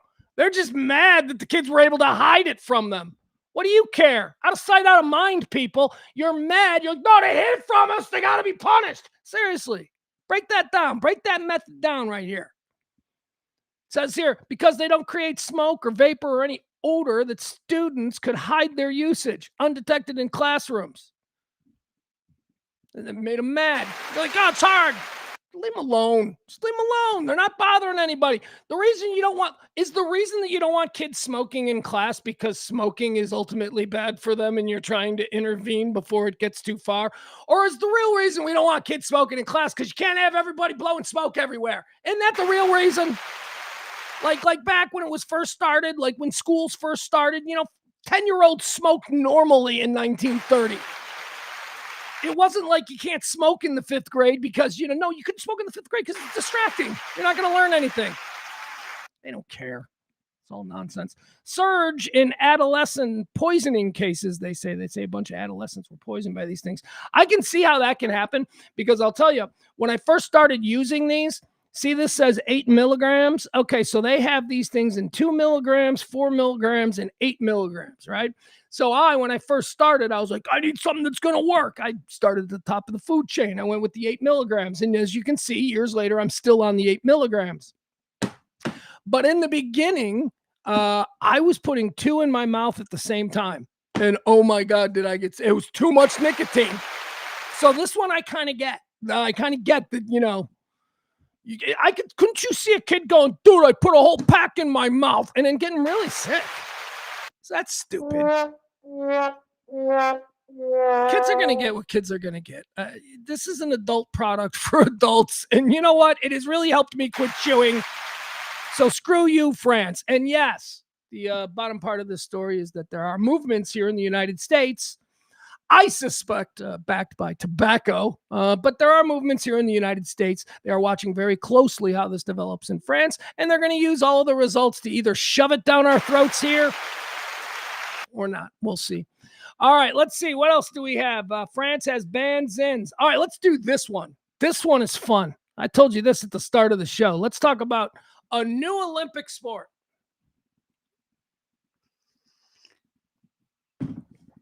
I think I could like the Olympics. I do. I think I could like the Olympics, but ultimately, whenever an Olympics finishes, I'm always like, yeah, I don't care. I don't. Why do I know the name of a volleyball player now? I'm never going to know that name again until 4 years later when she repeats. Two-time volleyball champ, right? There's nothing that I care about with the Olympics. And I'm a sports fan. I just think that there are too many nonsense sports, and I understand it. These are what we call the modern games. They were brought back, I don't know, like 1890, something like that. I don't know. But they existed in ancient times, in antiquity, the Greek Olympics. And back then, them people, they didn't, all right, here's what we're going to do. We're going to roll this boulder up a hill, right? That was the kind of shit that they did back then. Chariot races. That would be cool. Chariot races would be cool. If they want to honor tradition, wouldn't that be something to bring back? Talk about an even playing field. I don't think there's an established chariot racing circuit. So if you want to be the world's greatest chariot racer, maybe we bring that sport back. That would be a cool one that they bring back. But that's not what they brought back when they introduced the modern Olympics. They brought back spear throwing, rock tossing. Here's really heavy rock, and we're going to get the fattest guy here, and we're going to see how far he can push the rock off his chest. What the fuck is shot put? I threw shot put in high school. My son threw shot put. What the fuck is shot put? Stupid. It's not a real sport. You know what they should do? Throw a baseball. That's what we should see. We should see who could throw a baseball the furthest. The whole world's playing baseball now. Let's see who can throw the baseball furthest. Let's forget about shot put. So anyway, over the years, we've done this. We've sort of eliminated some things and we've replaced it with other things. And oftentimes the things that replace the things that got replaced suck just as much. Are you kidding me? All right, we don't need any more guys with rifles in the snow events, okay? What is that? So comes the Olympics that are heading here, the Los Angeles Summer Games. Very excited. Oh, that's going to be a mess. When are they? Hold on, let me see here. When are they? We're not being endlessly hyped about Olympics, so it's not like in a couple months. 2028. There you go. 2028 Los Angeles Olympics. I'm making some changes. I'm going to try and make this thing a little bit more TV friendly. And thank God they got it right this time. You know what they're doing? They've taken a look at some of the sports. They've done this with a few things. They've replaced a few things already. But for the 2028 Olympics, they've replaced fancy rich people show horse jumping. Yes, that's not an Olympic sport. You know what I mean? The kind of sport where every once in a while it's like, that's Mitch McConnell's granddaughter. Yeah, it's all these fucked up silver spoon people. Show jump, equestrian biathlon, or whatever the hell they did. Nobody cares. Nobody cares about those sports. They're stupid. So they've kicked that out. So apparently there's a thing called the modern pentathlon. It's a whole bunch of cool events, right? I don't know how cool they are because I only know about this one that they've eliminated, and that's the horsey one. So one of the events in the modern pentathlon at the Olympics, before the 2028 Los Angeles Olympics, which are coming, but one of the events was, rich people on horses jumping over things. Peasants, I think, is what it was originally. But once they introduced TV cameras, that just didn't play well. But that's what the sport was. Rich people jumping peasants on horses in their fancy clothes, right? That's okay. So that's gone. Get it out of here. Thank God. Ain't nobody tuning in to Peacock to watch that bullshit. So now the question is, what are they replacing it with? Well, okay, so what's stupid rich yachting? Oh, good. Open sea competitive yachting is now the new sport. No. Ladies and gentlemen, replacing equestrian horse assholery at the 2028 Los Angeles Olympics will be a Ninja Warrior obstacle course. That's right! That's a new event! Yeah! The Olympics are doing Ninja Warrior obstacle courses now. And it's beautiful because they replaced a really stupid thing that only rich kids, super rich kids who have a stable full of these, equestrian horse jumpers. Screw that. They've replaced it with like, you know, the kid who's best on the monkey bars, which is all of us. So let me show you here. I'll give you an example. This is actually, no, let me tell you the details and then I'll give you an example. It says breaking Variety pushed this out yesterday. Ninja Warrior obstacle racing joins the 2028 Los Angeles Olympics. The skill will replace equestrian in the modern pentathlon, starting with the Summer Games under a new deal with Tokyo Broadcast System. So they're like, it's a legit sport now. Like a couple of years ago, somebody in Japan went, I got a good idea for a TV show. Why don't we make people do monkey bars, but they're insane monkey bars? And they went, let's put it on TV. And it became a huge thing and became very popular here. I mean, if we're being honest, I'm more of a Wipeout guy. Like, I prefer Wipeout. Like, I would love to see Wipeout be in America. You know, Wipeout with the big giant balls over the water. I love Wipeout. But maybe Ninja Warrior is a bit more athletic, I think, maybe. And that's probably the metric. But anyway, these guys that created this TV show over in Japan now have a legitimate Olympic ordained sport that they've created. It's going to be part of medals. That's pretty cool. Ninja Warrior is making its way to the Olympics. Tokyo Broadcast System has announced that the producer behind the TV format, Sasuke, adapted around the world, including in the US, as various versions of Ninja Warrior, has sealed a deal with Union International de Pentathlon de Modern to incorporate the format into the new modern pentathlon discipline of obstacle racing. All right, so no more stupid people on horses. Now it's going to be this. Check this out. All right, I don't know if you're familiar with it. I'm sure you are. But this will get me to tune out. Watch this. See, this is something that the Olympics missed the boat on. Like in the early 1990s, there was this whole new thing called the X Games. And it was trying to embrace the love, the cultural love of, you know, rollerblading and snowboarding and skateboarding and BMX riding, all the things that were actually resonating with youth culture in the 1990s. And when the X Games came up, they were derided. Oh, good luck. Oh, good luck. You know, the visionaries, you know, a whole bunch of you. We still do it. You know, there are people going, oh, Tellerico, good luck. You know, non-visionaries who can't really see what some of us can. Point is this. Sorry, I didn't mean to go there. Anyway, what is my point? I don't even know what my point is. All right, let me just show you this. All right, this is Ninja Warrior. This is coming to the Olympics. Now what this is apparently I just said, show me the greatest Ninja Warrior ever. We're just going to watch one heat, okay? This is just what it is, and this is replacing boring ass horse jumping, the sport of kings, sport of rich people. Here we go. All right. Oh, I know the X Games. That's right. So we all laughed at or not we all, but you know, people laughed at the X Games. Oh, please, blah blah blah blah. Well, the X Games were incredibly popular, and they grew in popularity. And now the Olympics are being forced to confront the fact that nobody cares how far you can throw a rock from your chest or chuck a spear. So they're trying to get a little bit more active, and that's good. I applaud that. So, I'm not a big fan of baseball's commissionership, but I will say, and I have been pretty consistent, that a lot of the changes that they've made to make the game more fun are working. So here we go. Let's take our hat off to the Olympic Committee for recognizing that this is something that we would all much rather watch than a bunch of rich people on fancy horses. Guys fell on the fourth obstacle in stage 1 last year. A safety pass would have saved them. They're about to go all out. So the context on this is apparently like two of the greatest competitors ever competing against each other to see who is actually best. Isaiah with that 8-inch height advantage, bounce through home run. These two love to race. Oh, wow.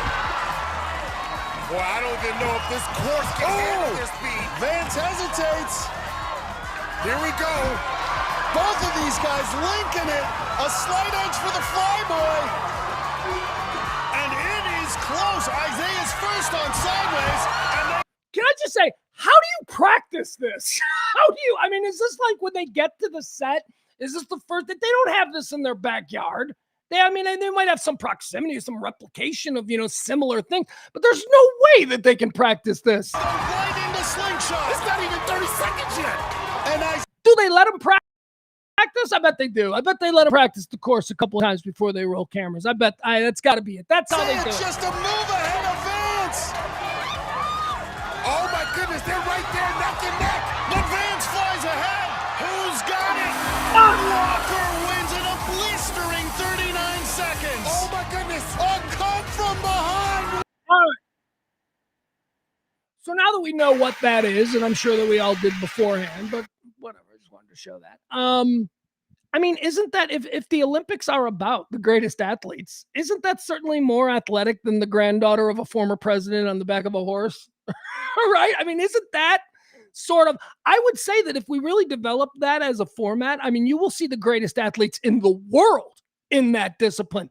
And it's just so that there has never been an organized sport that glorified the people who were truly great at it, that combined those specific skill sets. And now there is. There's going to be a dude that was 39 seconds on TV. There's going to be like an Olympic record that some dudes from, some literal ninja from Thailand is going to do it in like 12 seconds. And we're all going to be like, holy fuck.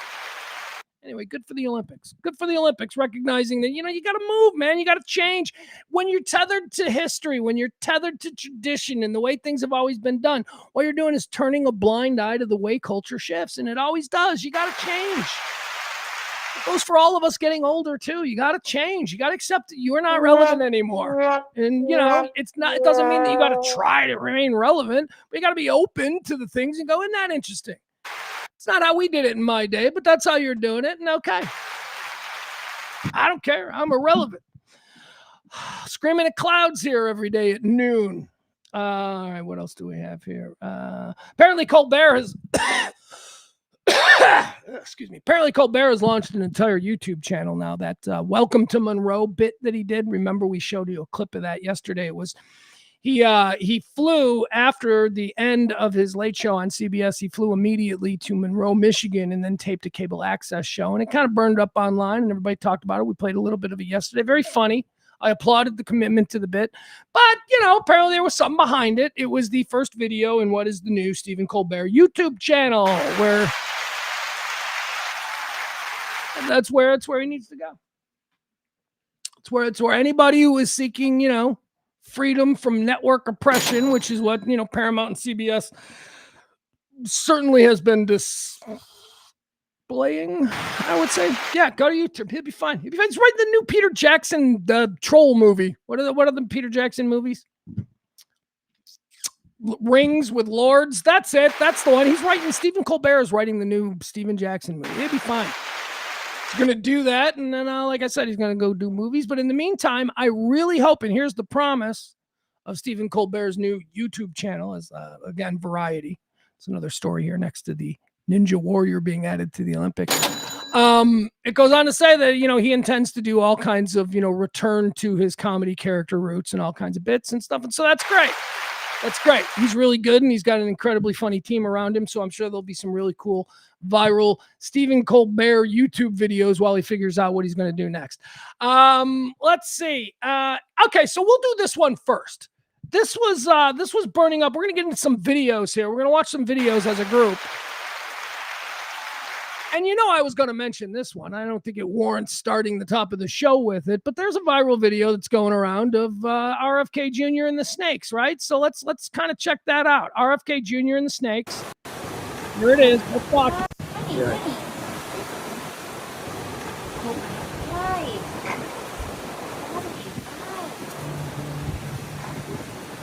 So what are they? Little context for you. He's on Dr. Oz's back patio here in what I assume is, I don't know, Malibu or something. I don't know where Dr. Oz lives, but it's somewhere on an ocean or maybe a lake. I don't know. I shouldn't presume. Whatever. Very nice rich people place. A little patio here, and it's Dr. Oz's place. And I guess they're hosting RFK Jr. and his wife, Cheryl Hines, of course, of Curb Your Enthusiasm. I point that out because you will hear her in the background. Bobby, boom, boom, boom. Of all the things that are weird about RFK Jr., Bobby, and there is a list of shit that is weird about this cat, the weirdest thing is that he shows up to Memorial Day barbecues in a suit. Dude, put on a t-shirt and some what is going on here? Anyway, Dr. Oz's backyard, there's a snake. Dr. Bobby, Dr. Robert, as the Beatles sang, to the rescue. Yeah.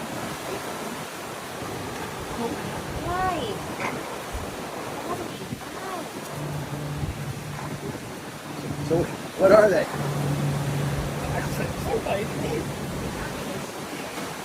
Well, they were having sex, so what were they?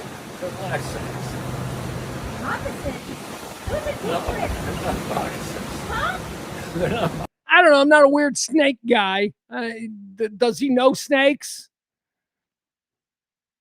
Like, I wouldn't do this in Texas because there's a whole bunch of shitty snakes in Texas, but I would do this in Chicago because it's always a box snake or a garter snake or whatever. And if they bite you, it's like, oh, isn't that cute, right? There's no repercussions. I don't know what the snake situation is in this particular locale, but he seems to be absolutely fearless. Oh.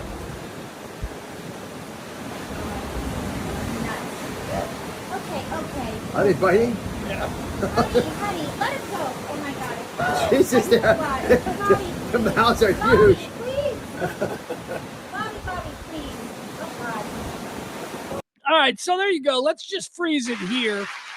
This went viral, and, there's a lot of the pettiness. I try to point out the pettiness of people. There are plenty of reasons to dislike and mock and lampoon Bobby here. I don't know if this is necessarily one of them. Isn't this par for the Bobby course? This is the guy with the raccoon dick, and this is the guy that put the bear in Central Park, and this is the guy that blew up the whale, and this is the guy with the brainworm. This is not shocking. This is Bobby behavior. Yet they package it and they put it out there like this is weird. Now, here's what I want to ask you. If you were in this situation and you're enjoying, well, look at the waves in the background. If you're in this situation and you're enjoying a day at the beach, and suddenly on this beautiful patio, you see these two little snakes wiggling around. I'm sure the actress Cheryl Hines was perfectly calm when she saw this. I'm sure she was like, Bobby, maybe no. She's an actress. Oh my God, Bobby! Oh my God! So now Bobby gets to be Bobby. Bobby gets to be the man. So I ask you, who wouldn't do this? I didn't see this as weird. You're on a patio. There's a couple of snakes. It's up to the men to get the fucking snakes off the patio, okay? This isn't weird.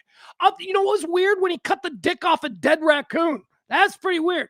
Pulled the family car over. Was weird was the thing with the whole bear in Central Park, or was it a deer? I don't know, whatever. He saw something upstate on the side of the road, put it in the back of his car, he drove it to Central Park, and he dropped it in the middle of Central Park because he was trying to, this is all self-admitted, because he was trying to, promote some environmental thing about the dangers of animals. So he placed this animal that doesn't even belong in Central Park and tried to say, see?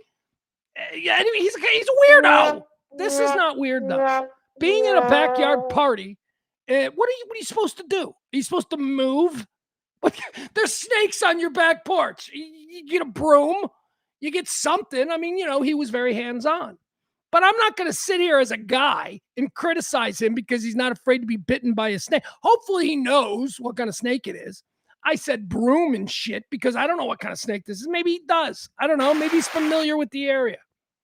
I have no idea. But anyway, the pettiness of, oh, look at what he's doing. Like, this is Bobby behavior. I can't keep getting triggered every time he does something odd. He's a weird guy. All right, Bobby behavior. All right, here's another one. Charlie Sheen. Let's get into this. Charlie Sheen sat down, I don't know, like a year ago and made that documentary about his life. And he revealed a lot of things. Look, I like Charlie Sheen. I like Charlie Sheen. I like Charlie Sheen. He's made mistakes. He went a little nuts. We all know he was on drugs and banging porn stars and all that. He went a little nuts. But he's Charlie Sheen. He's allowed to go a little nuts. That's what we expect from Charlie Sheen. Charlie Sheen's been a Hollywood kid. Some people are allowed to do those kinds of things, and then we welcome back into civilized society. Other people aren't. Your cousin Dwayne, he still ain't invited to any family thing. But Charlie Sheen, you're like, okay. So he went a little Hollywood nuts, and he's been pretty open, talking. The documentary was, of course, the opening of the floodgates, but he's given a lot of interviews since. One of the more interesting things that Charlie Sheen likes to talk about is the revelation from the documentary that when he was in the throes of the whole tiger blood thing, that he was doing guys. He was doing guys, which is fine. Again, I always say this. This isn't judgment. This is an observation. Well, why do you care? I don't know, because sex is dirty and naughty. I don't know. No fucking judgment. Back it off. He's the one talking about it. Do you think we're not supposed to respond? Do you think that, is he saying this going, oh, no one will, I'll just say this and no one will respond. He knows. Stop it. It's interesting. Charlie Sheen talking about being gay. Because he is such a legendary swordsman. He's one of those guys. James Parker and I, WBAP, 2 to 4 every day. Starting right now, but don't jump over yet. Stay with me for a little bit. James Parker over there, WBAP. He and I talked about this. Remember, we were comparing legendary swordsmen, and I think, Derek Jeter is it Derek Jeter or A-Rod? Jeter, right? Anyway, we had all the, Burt Reynolds. We just did Hugh Hefner. We did all of the great swordsmen. And Charlie Sheen is one of the guys that's up there at the top of the list. He dated every hot chick in Hollywood between 1983 and 1999, right? I mean, pretty good. What, didn't he have some really great? He had that really hot bikini chick, and then he traded up for Denise Richards. He was on a good streak. So when a guy like that is like, yeah, I was gay for a bunch of years, we're like, what? What? I guess it's okay. If you're like, if you're laying in a bed naked, if I'm laying in a bed naked with Denise Richards, I'm not going to worry about people thinking I'm gay. I'll be like, yeah, I've done that. This is what I'm into now. So judge me. You can't have what I'm into now. So go ahead, judge me for, getting off in the past. Charlie Sheen claims that it's all about crack cocaine. Let's listen to Charlie Sheen. This is him sitting down with Grant Bensinger, who I don't know who this Grant Bensinger guy, or Graham Ben, whatever this Graham Ben. I don't know who this guy is. I see him everywhere. He's very good. I don't know what, is this guy like a TV personality in LA or something? Or does he just do YouTube videos? He interviews everybody. There's some Byron Allen vibes, about, the means of distribution for this content. Like, I don't know, is this all paid or whatever? But anyway, this guy, I like him, and he gets good guests. And here is Graham Bensinger sitting down with Charlie Sheen. He's going to try and sell us on the concept that smoking crack gets you gay. Hey, sex with men, you immediately think of like butt sex. I mean, sorry to be graphic, but that's kind of like where the mind goes, right? Yeah. And it wasn't that. So I don't want to be like, okay, I did this thing, but that part of it didn't happen, but it didn't. You know what I'm saying? No. And so I don't know that matters, but that's the only part of it that I'm like, it wasn't full-fledged. All right, so is he claiming here that he didn't have butt sex? That he didn't either deliver or receive? Are we now into like that Clinton zone where is a blowjob sex? I mean, I think that if you're giving a guy a blowjob, you've crossed a Rubicon. And that's fine. It's fine for you. I don't care. But, for those of us on the other side of the Rubicon, we're like, yeah, you went over the line. So Charlie's trying to make the case that the other stuff, the other sex stuff that you do, the case that Clinton tried to make all those years ago, he's making the case that the other stuff isn't as bad as the butt stuff. At least that's what I get so far. Let's re-rack it. When people say sex with men, you immediately think of like butt sex. Yeah. I mean, sorry to be graphic, but that's kind of like where the mind goes, right? Yeah. And it wasn't that. So I don't want to be like, okay, I did this thing, but that part of it didn't happen, but it didn't. You know what I'm saying? And so, can I just say that if the other thing happened, I think that's worse. I think that's what worse. Pogs, why you cast the judgment? That for me, for heterosexual, no, I don't want to do that. That's not something I want. And it's fine if that's something you want. But I'm just saying, as a straight guy, I'm like, okay, so okay, so in order of gayness, I guess, and I've heard it made that like taking is worse than giving. Like the guy who takes, like in prison logic, which, it's prison, so there is no logic. But prison logic says that the guy taking is the gay one, not the one who's sexually excited enough to actually, that guy's not gay. That's the prison logic. That the guy who receives is not the gay one. I think the guy that's receiving is more than likely being held down by a very horny, totally straight guy. But that's what they say in prison. The guy who receives is gay, and the guy who is giving is just prison gay. And that's different. I disagree. So in my pecking order, it would be like the gayest act would be, I think, getting so sexually excited that you could penetrate another man, right?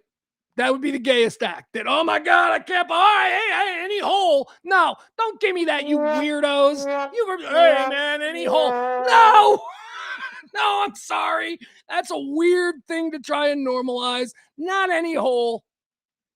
So I think that's number one. I think that's the, like, if he's classifying these as like cardinal sins against heterosexuality, and let's just play with it that way. If that's how Charlie here is categorizing these things, then in my opinion, like the number one gay thing would be to get an erection and then put it in another man. That seems a lot of choices are being made there. So there. Two, I think, would be what he's talking about. I think performing orally on another man, not getting performed on, though you are reacting, so we can talk about that too. But I think the act of performing on another man, I think that's two. I think that's number two. I think it goes giving, the actual act, but giving, not receiving, then homage, oral homage, giving, followed by receiving the butt, receiving butt. Oh God. Why are we doing this? Why did I choose today to go into these? Well, that's what we do here. Like I say, you won't hear this kind of talk radio on WLS or WGN. But okay, so let's go back to Charlie. Charlie's trying to say that what he did, which I think he blew a guy. I think honestly that's what Charlie's saying. I think he's saying I blew a guy, but that ain't bad. I don't know that matters. It's not bad, and I don't know that it matters either, Charlie. And it's not bad. I don't mean bad. I'm just talking, man, like a regular guy. Didn't. You know what I'm saying? And so I don't know that matters. But that's the only part of it that I'm like, it wasn't full-fledged, man. It was that like you'll experiment with in college, I never went to college, so. See, it's quite clear that Charlie Sheen never went to college, because what he's doing is he's kind of justifying his own behavior that he is now feeling a little bit uncomfortable with by using an old trope that is entirely applied to women. It is women, it is girls who historically, as the story would go off to college and, lesbianism. That Charlie, that wasn't about guys, okay? There is no there's no dude who went to college in the 50s and was like, yeah, and then, my second year at Harvard, I ended up having gay sex. That's not a thing that we apply to male college experiences. It's a female thing, but for his own justification, he's out here trying to sell it. Like you'll experiment with in college, I never went to college, so. Was it the drugs that made you curious, or were you curious before the drugs and the drugs gave you the confidence? Yeah, that's a good question. I sitting here, I don't really know. Okay, so that means that you're curious. It's all right. You're in Hollywood, man. You didn't grow up in the Upper Peninsula of Michigan, okay? You don't have Kid Rock's background about acceptance and all. You're a Hollywood kid. It's fine. You were a little curious. It was normalized for you at a young age. Good for you. I'm not going to say, oh yeah, it was absolutely the drugs, because there's two schools of thought that the drugs, open doors that are already somewhere in that house, or that they create them, you know. So I don't know. It never happened without the insane amounts of crack. Okay, there it is. He's very uncomfortable with the revelations that sold the documentary, but now, it's a couple years later and that was crack. I'm not saying it was crack, but I never asked a D when I wasn't on crack. So, Charlie, it's okay, man. It's okay. Curious. You're of that world. Nobody, we're gonna let you back in. It's like the other day I saw a picture of somebody. Who is it? It's like Brad Pitt. Yeah, it was Brad Pitt. 63-year-old Brad Pitt. Brad Pitt's got 32-year-old girlfriend. They're like 63-year-old Brad Pitt with his 32-year-old girlfriend. And I'm like, if not Brad Pitt, who? If not, seriously. Yeah, we allow this kind of thing. We're mad about Brad Pitt. He's 63. He looks like he's 33. No, to be honest, he looks 45. Brad Pitt, that's crazy, right? Brad Pitt looks like a 45-year-old man. He's 63. Of course, he's with a 32-year-old woman. He's Brad Pitt, man. You can imagine this guy. He's marrying an 18-year-old girl. He's 50. He's a Rolling Stone, dude. Rolling Stones are allowed to marry. Sorry, just get on with it. It's part of that whole life choice they made, and they executed it flawlessly because I'm telling you, Brad Pitt looks 45 and his girlfriend looks every bit 32. Hot. Perfect. Should we do the 3 videos? Yeah, let's do 3 videos. All right, new segment here that we're going to wrap up every show with. It's 3 pieces of viral video that I've spotted online that I just wanted to make mention of. I don't really know that I have any good rants in me on them, but let's watch them together and decide, okay? The first one here, I call this meth head Walton Goggins. You know I love Walton Goggins. I'm a big... Oh, by the way, I have to tell you, I've got my list.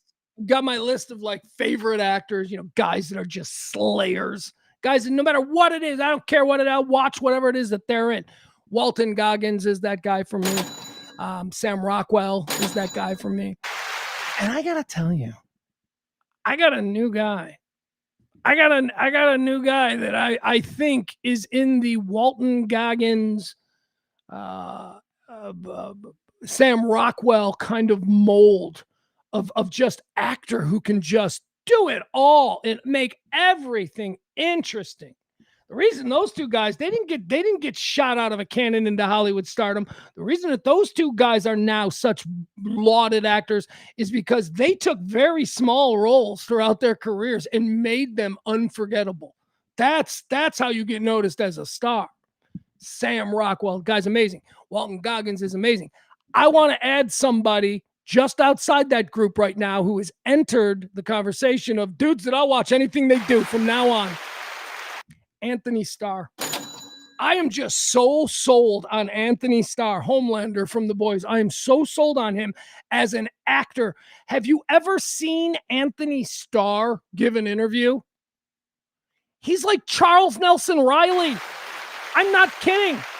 I saw this thing just before we did the show today. And I'm like, that's a whole segment. That's going to be a segment coming up. I'm not kidding. Homelander from The Boys. Banshee, the star of Banshee. He's like Paul Lynn. It's like, seriously, you got to see him do interviews. He does this and he's like, oh, it's crazy. I love him. Anyway, because if that's how he is, with Kimmel or Fallon or whatever. And then, I know him from Banshee and I know him from Homelander. If that is in fact the real spectrum of what this guy's offering, he's one of the greatest actors out of there. So I would never have thought that Homelander was, Anthony Starr. Anyway, point is this. Let's do some video. I call this one Meth Head Walton Goggins. When did grocery store parking lots become like, the place for just viral hijinks? Why does this shit happen? Why can't we all just load our groceries, put our carts back, put your fucking cart back? Why can't we do all these things and then just go home? Why we got to yell at people? Why do we have to have a Karen? I'm going to show you something that happened in the parking lot here. I don't even know where this is. But again, with these clips, this is only like 39 seconds from this clip. I always want like a minute before and a minute after just for context so I know what's going on. But what the hell could have led to this behavior? This. You're in a parking lot and all of a sudden you got meth head Walton Goggins coming at you, acting as weird as can be. Check this out. Come on, What are you doing here? Do not! Do not! I fuck you up. Not with my What the fuck was that? First of all, greatest all-American reaction there is.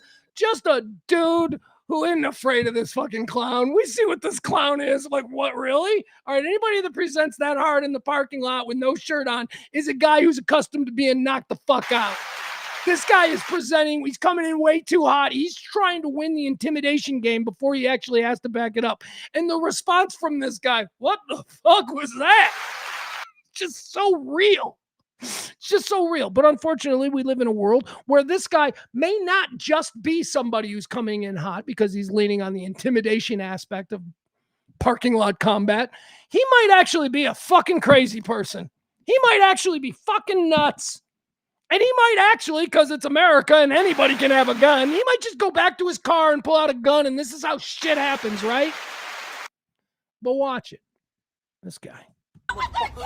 Come on, What are you motherfucker. doing here? Do not! Do I not! fuck you up. Not with our What the fuck was that? Not with our kids. Fat fuck. How dare you do Fat that? fucking Get the fuck honky-tonk out of your motherfucker. car now! We have fucking kids! Look at this little girl. This is where, you know, it stops being just let's explore some American idiocy. And it becomes sad because you look at this little girl. This is not the first time dad has ripped his shirt off in a parking lot and gone after some guy. What the hell happened here? What preceded this? Mom knows that she is married to an absolute lunatic. Now, you might look at this and go, well, mom is wrong. Mom is in trouble. Mom knows that she is married to a guy who rips his shirts off in the parking lot. And you know what? In this moment, she is circling the wagons around her family, no matter what the fuck behavior her husband instigated, right? That's what's happening here. It's the little girl. It's the little girl in the background who's going to grow up with this dad. What is wrong with you? You How need to- dare you come around and follow us? How dare you do I that? think you need to get a hold of him. Wait, are you See, I mean, it's obvious that one guy is the out of control instigator and the other guy is. just the fuck? Dude, your kid is crying. Doing this in front of our kids. And now what? They're just going to go into the store? Like they're just like, all right, let's go into the store and buy Nikes or whatever the hell this is. I want to know. I need to know what happened. I need to know what preceded this. Do they know each other? I don't think they know each other. And that's even more disturbing that there is just this free form, you know, fall into violence with strangers now. Everybody's so hard. Everybody's so tough. This isn't online. These are real people. This is a real guy who thinks that this is how you behave in this situation in front of your kids. I will never be disappointed by people. Just they don't have any sense. That little girl is fucked. I'm sorry to say it. That little girl is fucked. The most fucked up little girls that I've known in my entire life who grew into the most basket case women all have a dad who's a complete fucking idiot. Jesus, go to a baseball game with your daughter, okay? That is something that I posted about the other day. This is an absolute fact of my life. Girls who watch baseball with their fathers turn out to be better women. That's a fact. That's a fact. And it maybe isn't directly related to that, but what it is directly related to is a girl who gets into baseball is probably getting into baseball because she's spending 3 hours of really boring downtime with her dad. And that makes all the difference in the world. So you can boil it down to anything you want, but I will tell you, you show me a girl who loves baseball and I'll show you a girl who has a terrific relationship with her father. Not that girl. That girl's fucked. All right, that was the first video. That's meth head Walton Goggins. Here, I wanted to show you this. This will be a quick one. This is fun because, you know, we award the podium every day today. Who's on the podium today? Oh, my God, I didn't forget, did I? It's Adam. Is it April? Oh, guys. Anyway, doesn't matter. Yeah, it does matter. This is the kind of stuff that keeps me up. All right. So here's our second in our 3 video segment today. 2 absolute legends, we call this. You know, I always say that we do our podium for the chat room. It's based on Formula One racing. Formula One racing awards the first, second, and the third place. And here we go. This is a little bit from, this is not the actual podium. This is after you podium. And then you go in the back room and you relax and whatever. You're the champions. 2 absolute legends here. This is from just last weekend, the Canadian Grand Prix. The podium was Kimi. Was it the new kid? Kimi Antonana, whatever. Anyway, the new kid took first. Second place was the legend, the GOAT of Formula One racing, Lewis Hamilton. And in third place was the new GOAT, Max Verstappen. Anyway, this is very cool. This is like LeBron and Jordan sitting around talking. This is Lewis Hamilton, probably, in my opinion, the greatest, most dominant race car driver of all time, and the current most dominant 4-time consecutive Formula One champion, Max Verstappen. Listen to these 2 guys. If you like this stuff, these are 2 legends just chopping it up after a race, talking about what they just went through together. Once you get by, to clear someone out of that 1 second, around here when you're really energy poor, like when I was behind you, something was flying on the straights. Like, thank you, you just dropped it. It's insane, the draft. I couldn't shake you. I fought you, but then I couldn't shake it off. Yeah, because the middle chicanes, every time you pull like 3/10, but then I just got it back on the straight. Yeah. Yeah, it was mad. And then you had some bad traffic. Oh man, at the end. I don't know, was it Bortoletto maybe? Or I think so, yeah. Okay. In the hairpin. Oh god. And you were catching so much down the back straight. Yeah. And then to turn 1. Yeah. I don't know if our car's extra draggy or. All right, I won't subject it to anything more there. That for me, I think that's really cool. Those are 2 like guys that are, you know, people are like, Max is better than Lewis.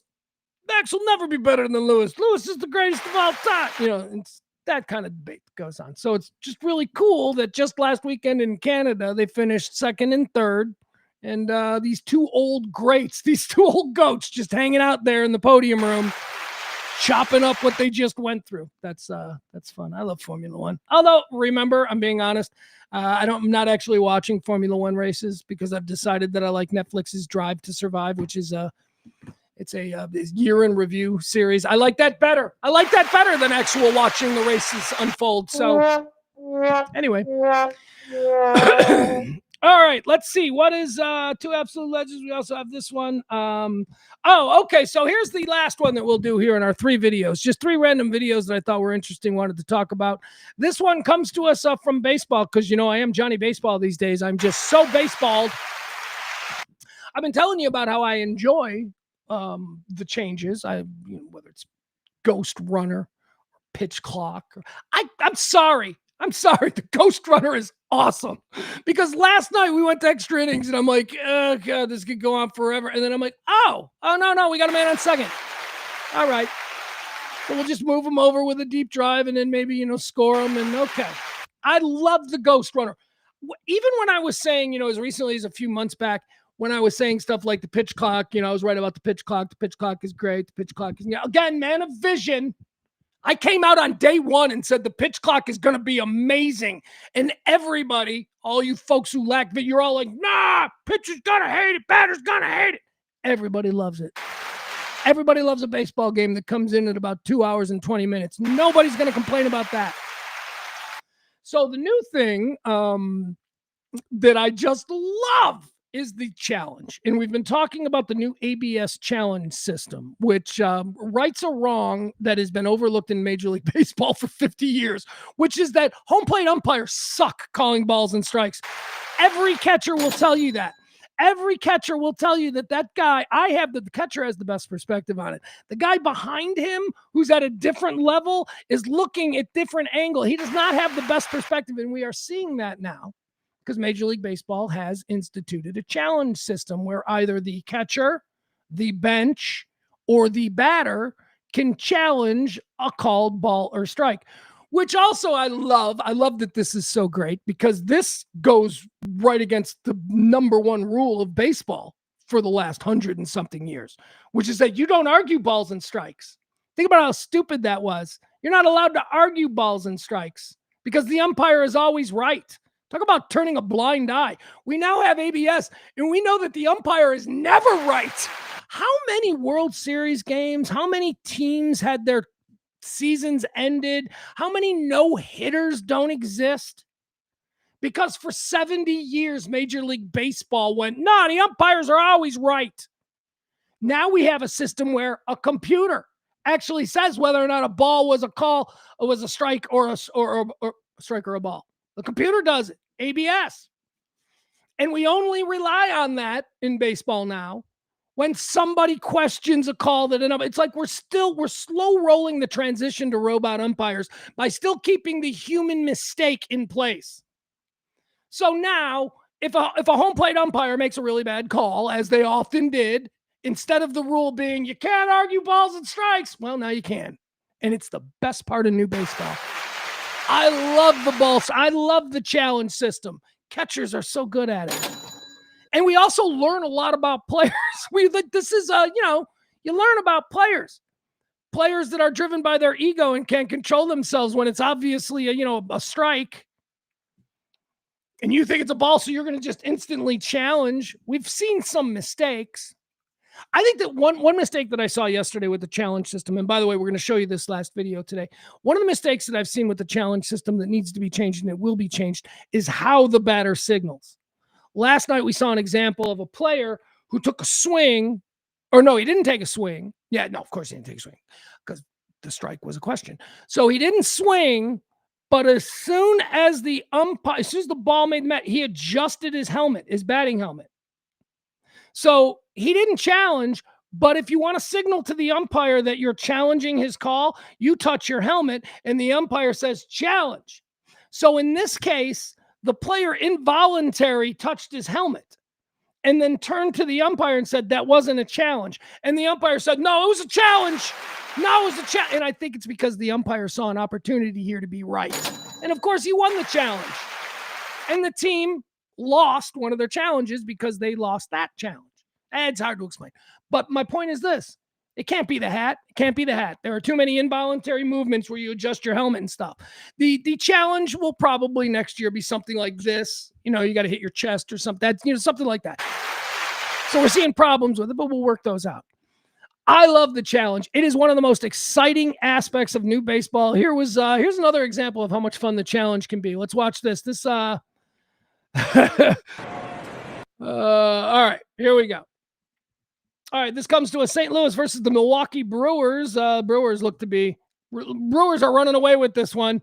The batter is probably just really frustrated to be losing 6-0. Let's watch this. Strike. All right, that was called a strike. Did you see that? 87 miles per hour. It came in right here. Let's see if it was a strike. Okay, well, how are we going to do this? Hold on. All right, so according to that, the ball looks like it's not a strike. It is outside the box. Do you see see this thing right here? Right? Now, this isn't the official ABS, but I think this is the one the TV producers give us.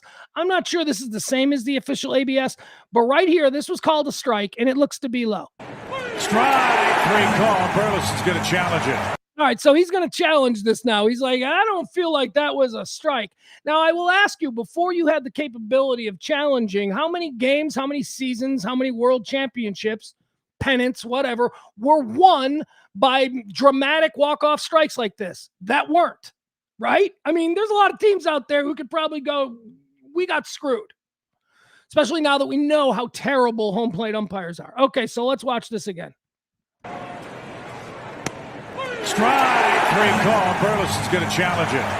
Cardinals have 2 of them left. Oh, look at Uribe. The pitcher. This is why I tell you this is now one of the most fun things in baseball, because now we got drama.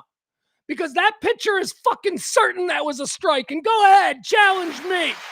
I am so confident that I'm going to win this challenge that I'm out here on the mound doing double pumps to intimidate you. Guys, baseball is fun again. There is shit going on at games, whether it's tarps off, whether it's moonshot home runs, whether it's challenge systems and the drama of that. Going to the ballpark is fun. Cardinals have. Strike three call. Burleson's going to challenge it. Cardinals have 2 of them left. Oh, and look at Uribe. See that? You better hope this is a strike. All right, so he has just laid it out there. It better be a strike because he's fucking celebrating and he just did the pelvis push. Oh, it was. And Burleson is retired, and the Cardinals strand 2 in the 8th inning. Oh, look at that. All right, just barely a strike right there on the line. I love it. I love the ABS. He got it. He was sure it was on the line, and he did the double pump, and boy, was that dramatic, because what an asshole he'd have been, huh? If it hadn't been. I almost wish it wasn't, just so that he could be shown up. Baseball, it's fun again. All right, which brings us to our final bit. We're going to do this all summer long. Can't beat fun at the old ballpark, where we show you some videos of people enjoying their time at the ballpark. This is, again, it's going to be a little self-serving. I want to show you this. I showed you this yesterday. I told you about this kid. This little Japanese kid who's playing right field. Chicago White Sox baseball haven't had an everyday right fielder in 20 years. Seriously, not since Jermaine Dye have the White Sox had a player who could play every day in right field. It's always been one of those positions that we'll get to later. But anyway, we seem to have him. This little Japanese kid who idolizes Ichiro. He wears Ichiro's 51. He loves Ichiro. Don't tell him that he plays like Ichiro, because he doesn't want to hear that. His name is Riku Nishida, and I showed you this yesterday. This was his debut game where he set a record for putouts in a single game in his rookie debut. So this was one of the great things that we saw from Riku in his. By the way, we also got that Mooney guy. Oh yeah, we're like a Japanese team. Do you know that we are the first team in Major League, or no, we're the second team in Major League Baseball ever to have 2 Japanese position players batting in the lineup. Now, other teams have had like one Japanese guy and a Japanese pitcher. Those weren't, but this is the first team to everyday field. Anyway. It was an Ichiro type. No. So this is the throw. All right. Yeah. Listen to him. They're saying this is the throw from his debut. This kid, this little tiny Japanese kid. This is his throw from his debut. And everybody's saying Ichiro, because he wears Ichiro's number and he loves Ichiro. Ichiro's his hero. So listen to his reaction and watch the throw. Just fantastic. No jitters. First day in the majors, Memorial Day, sold out crowd, competitive team. It was an Ichiro type. No, don't compare Ichiro. No. Still heavy, my 51. I want to change my number right now. He doesn't even want to wear 51 anymore. If people are going to start saying that his throws are comparable to Ichiro. What's your mind making a great throw like that? No. I'll try my best. No Ichiro, not like Ichiro. I cannot be like Ichiro. You channeled your Ichiro, though. What? Maybe you channeled him a little bit. No. It was an Ichiro. All right. Anyway, there you go. He's just a really sweet kid who had a hell of a game in his first time out there. And look, that's, we were talking about before, the humility. We don't have any humility here in America. We don't. That kid comes from Japan and they're like, you play like Ichiro. And he's like, no, don't say that. No. I don't even want to wear this number anymore if you guys are going to start that. That's something that I don't think we see a lot. To a degree. I mean, I'm sure we'd see a little bit of humility, but that kind of, just obvious. Don't even go there. Don't even go there. So that was Riku day one. He came out yesterday. He played a game yesterday, starting in right field. And if you thought that maybe that was just first game, he was all pumped with adrenaline and he'll never be able to do that again. Well, here he is, second day in a row. Riku out there in right field. Don't call him Ichiro reincarnated. Baseball is fun again, guys, especially when you don't suffer under the weight of expectations, as our friends up north with the Chicago Cubs are learning. Baseball is fun again. He might suck, but whatever. We're getting like a week of thrills out of this little kid out there giving everything that he's got. By the way, the other angle of him is that he can't believe that he's playing with Mooney. In Japan, Mooney is like, Aaron Judge or whoever. So now Mooney's got a little friend playing there in right field, and he's got somebody to talk Japanese to, I guess. Anyway, baseball is fun again. Can't beat fun at the old ballpark. Guys, that's going to do it. We're going to put a cap on this show. This was fun today. Fast, not too crazy. Appreciate you being here with me. Another show tomorrow. What do we have tonight? Is there anything going on tonight? Hey, here's an observation. So I've been watching. I've been telling you that I've been watching Game of Thrones, rebinging Game of Thrones. Every night I go home before bed, pop on an episode of Game of Thrones. I'm now on like episode or season 6 or whatever. I mean, we're through all the stuff. I love Game of Thrones, and I'm remembering all this. I'm up to speed. Here's a question I got about Game of Thrones. This is the most awarded television series in the history of global television. I'm not saying American television. I'm talking about BBC. I'm talking about no show has won more Emmys, more awards. Game of Thrones is widely considered to be the finest piece of television production ever made. Now, you may not like the story. It may not be for you. But you cannot argue that as far as production values and high-level Shakespearean trained acting and dialogue, incredible. Again, story may not be for you, but it's beside the point. I'm watching this thing. Why has nobody from Game of Thrones gone on to be famous for anything? There is not a single game. You know who's the most, who's like the biggest famous guy from Game of Thrones? And he was like in 2 scenes in like season 5. Tom Wamsgams from Succession. You know Succession, that guy, Tom Wam. I don't even know that actor's name. But he's like the only guy who like I saw in Game of Thrones, and I'm like, yeah, that guy's still working. I mean, I guess the dwarf. What's it, Dinklage? But Dinklage was already working before. Dinklage was already an Oscar night. He was like the star, right? The station agent. He had already been nominated, and he was like, he's the most famous dwarf in the world. And he's a fantastic actor. And by the way, that is the best character in the whole damn show. The best character in the whole damn show is Tyrion Lannister. The dwarf Lannister, played by Peter Dinklage. Oh my God. The greatest testament to that is, I've said this a million times, there is an obvious handicap that Peter Dinklage deals with. His acting is so good. That character is so well-rounded. You don't even think about that after a minute. I like Peter Dinklage. I like Tyrion. I also like Bronn. You guys know Bronn? Bronn was the guy that started out as Peter Dinklage's, muscle. And then he would go on to be Jamie Lynn. Anyway, I'm not going to talk Game of Thrones with you. My point is this. Why have none of those people gone on to be famous? Jon Snow, Kit Harington. I'm like, that dude's going to be a movie star. Nope. Nope. I mean, I see him from time to time in like low-budget rom-coms on Hulu or something, but he's not Timothée Chalamet. None of those people went on to do anything, and I don't understand why it is. And we are now at the point where we can stop and go, well, it's over. I mean, come on. That show's been off the air for 5 years. None of these people have really parlayed that into anything. I can't believe it. I mean, is there somebody I'm missing? Lena Headey as Cersei? She's amazing. That is like one of the great television acting roles, acting jobs ever. Cersei Lannister, Lena Headey, nothing. Sansa, nothing.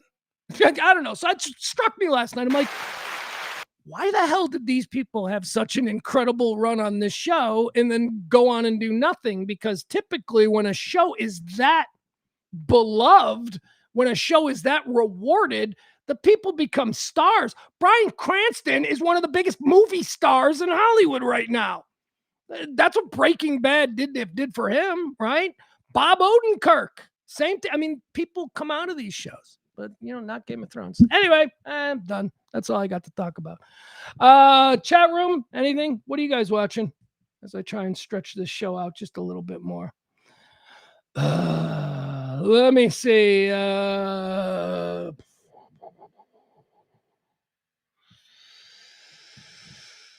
How fun. Glad your socks are fun again. Yeah, Peter, my socks are fun again. And that's that's all we care about. We're not going to win the World Series. Maybe we will. Isn't that what summer's about? Maybe. We're not going to rule that out.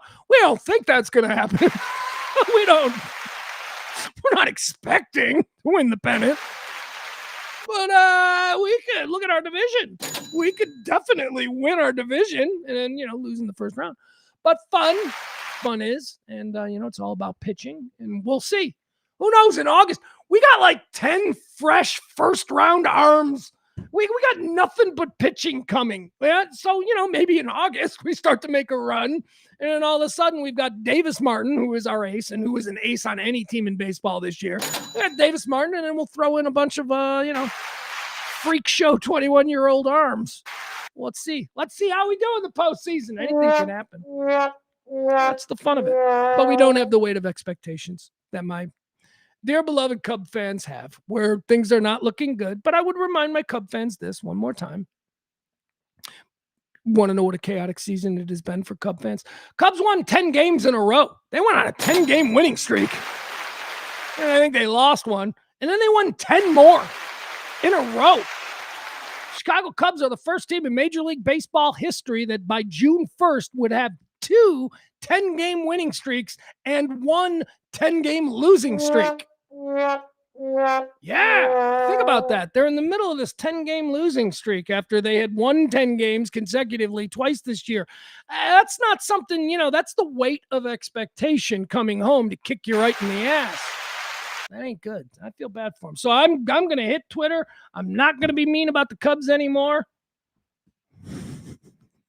But I'm watching. We're all watching.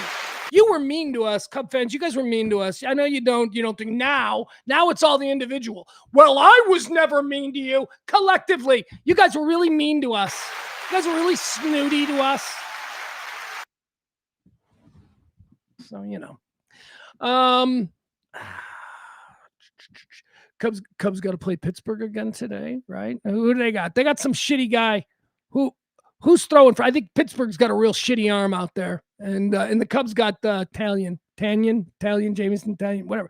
He got rocked the last time I saw him, so I don't know. I don't watch a lot of Cubs games.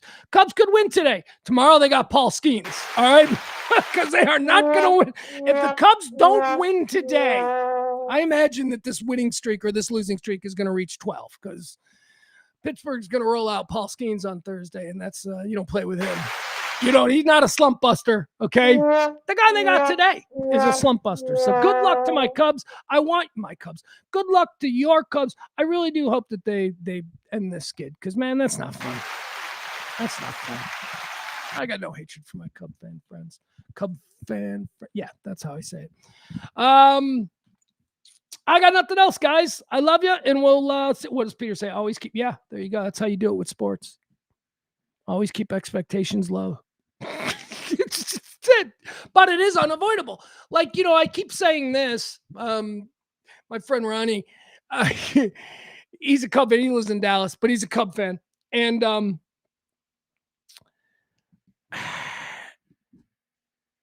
lost my train of thought. Just completely lost my train of thought. Keep back. Oh, yeah. Here's what I said. The irony here is that in like a month, all of us White Sox fans and all of us Cub fans are going to join one another again under the weight of expectations as soon as the NFL season starts. We all look right now, the White Sox, we're enjoying baseball because it's carefree and we don't care. We have zero expectations and things are going pretty good and let's just enjoy it. That's going to change in a month because all Bears fans now expect that we are going to win the Super Bowl. So we got that now. So, no matter what we White Sox fans think are happening right now, it's all going to even out in about a month because we're all Bear fans and we're all going to suffer once again under the weight of expectations. I will say this, though, about being a White Sox fan. I will say this, and this will be the last thing. Being a White Sox fan right now in this month, what we're seeing, what's happening based on what our previous history had been, being a White Sox fan right now, the feeling that I'm experiencing with this team where I'm a little bit curious, we're playing with house money, as they say. Intrigued by what's happening, but not all in, right? I'm not going, the White Sox are going to win the World Series. This is exactly the same way I felt after about 6-7 weeks of the Bears season last year. Well, I remember saying it. I remember saying it to my son. I said, kiddo, I don't know if we're any good, but we don't suck anymore. And that's exactly how I feel about the White Sox. So what happens next? I don't know. Will the White Sox season mirror the surprises of the Bears season last year? Because the Bears' previous couple of years, very similar to what we White Sox fans have endured with the White Sox, shitty seasons. The Bears got the first pick overall, twice because of a trade. But you're not good when you do that. So we've suffered. And then I do remember there was a point in the Bears season last year where I started looking at this game and this team coming together, and I said, I don't know that we're good, but we don't suck anymore. And that's where we are with the White Sox. And that feels good. All right, love you guys. Got to get out of here. Okay. All right, Adam. All right, why don't you pull out your sabermetrics? Skeens has been a bit up. Skeens is one of the best pitchers in baseball. And he's at home. Look, maybe all I'm saying is it's not a good day. I don't know why Adam felt like he needed to trigger me here. Adam. Okay, he's been a little bit off this year, but do you still think that Paul Skeens is the guy to end an 11-game losing streak? That's the guy you want to. That's all I'm saying. So good luck to the Cubs tonight, because I think they're just going up against a bag of dick tonight. I don't know who they got. I don't know Pittsburgh. Well, Pittsburgh isn't really the land of arms. But point is this: we're done with the show, and I love you guys. We'll see you back here tomorrow at noon. Like, follow, subscribe, tip the show if you can. Although it's not really pledge week, so don't worry about it. Love you. Bye.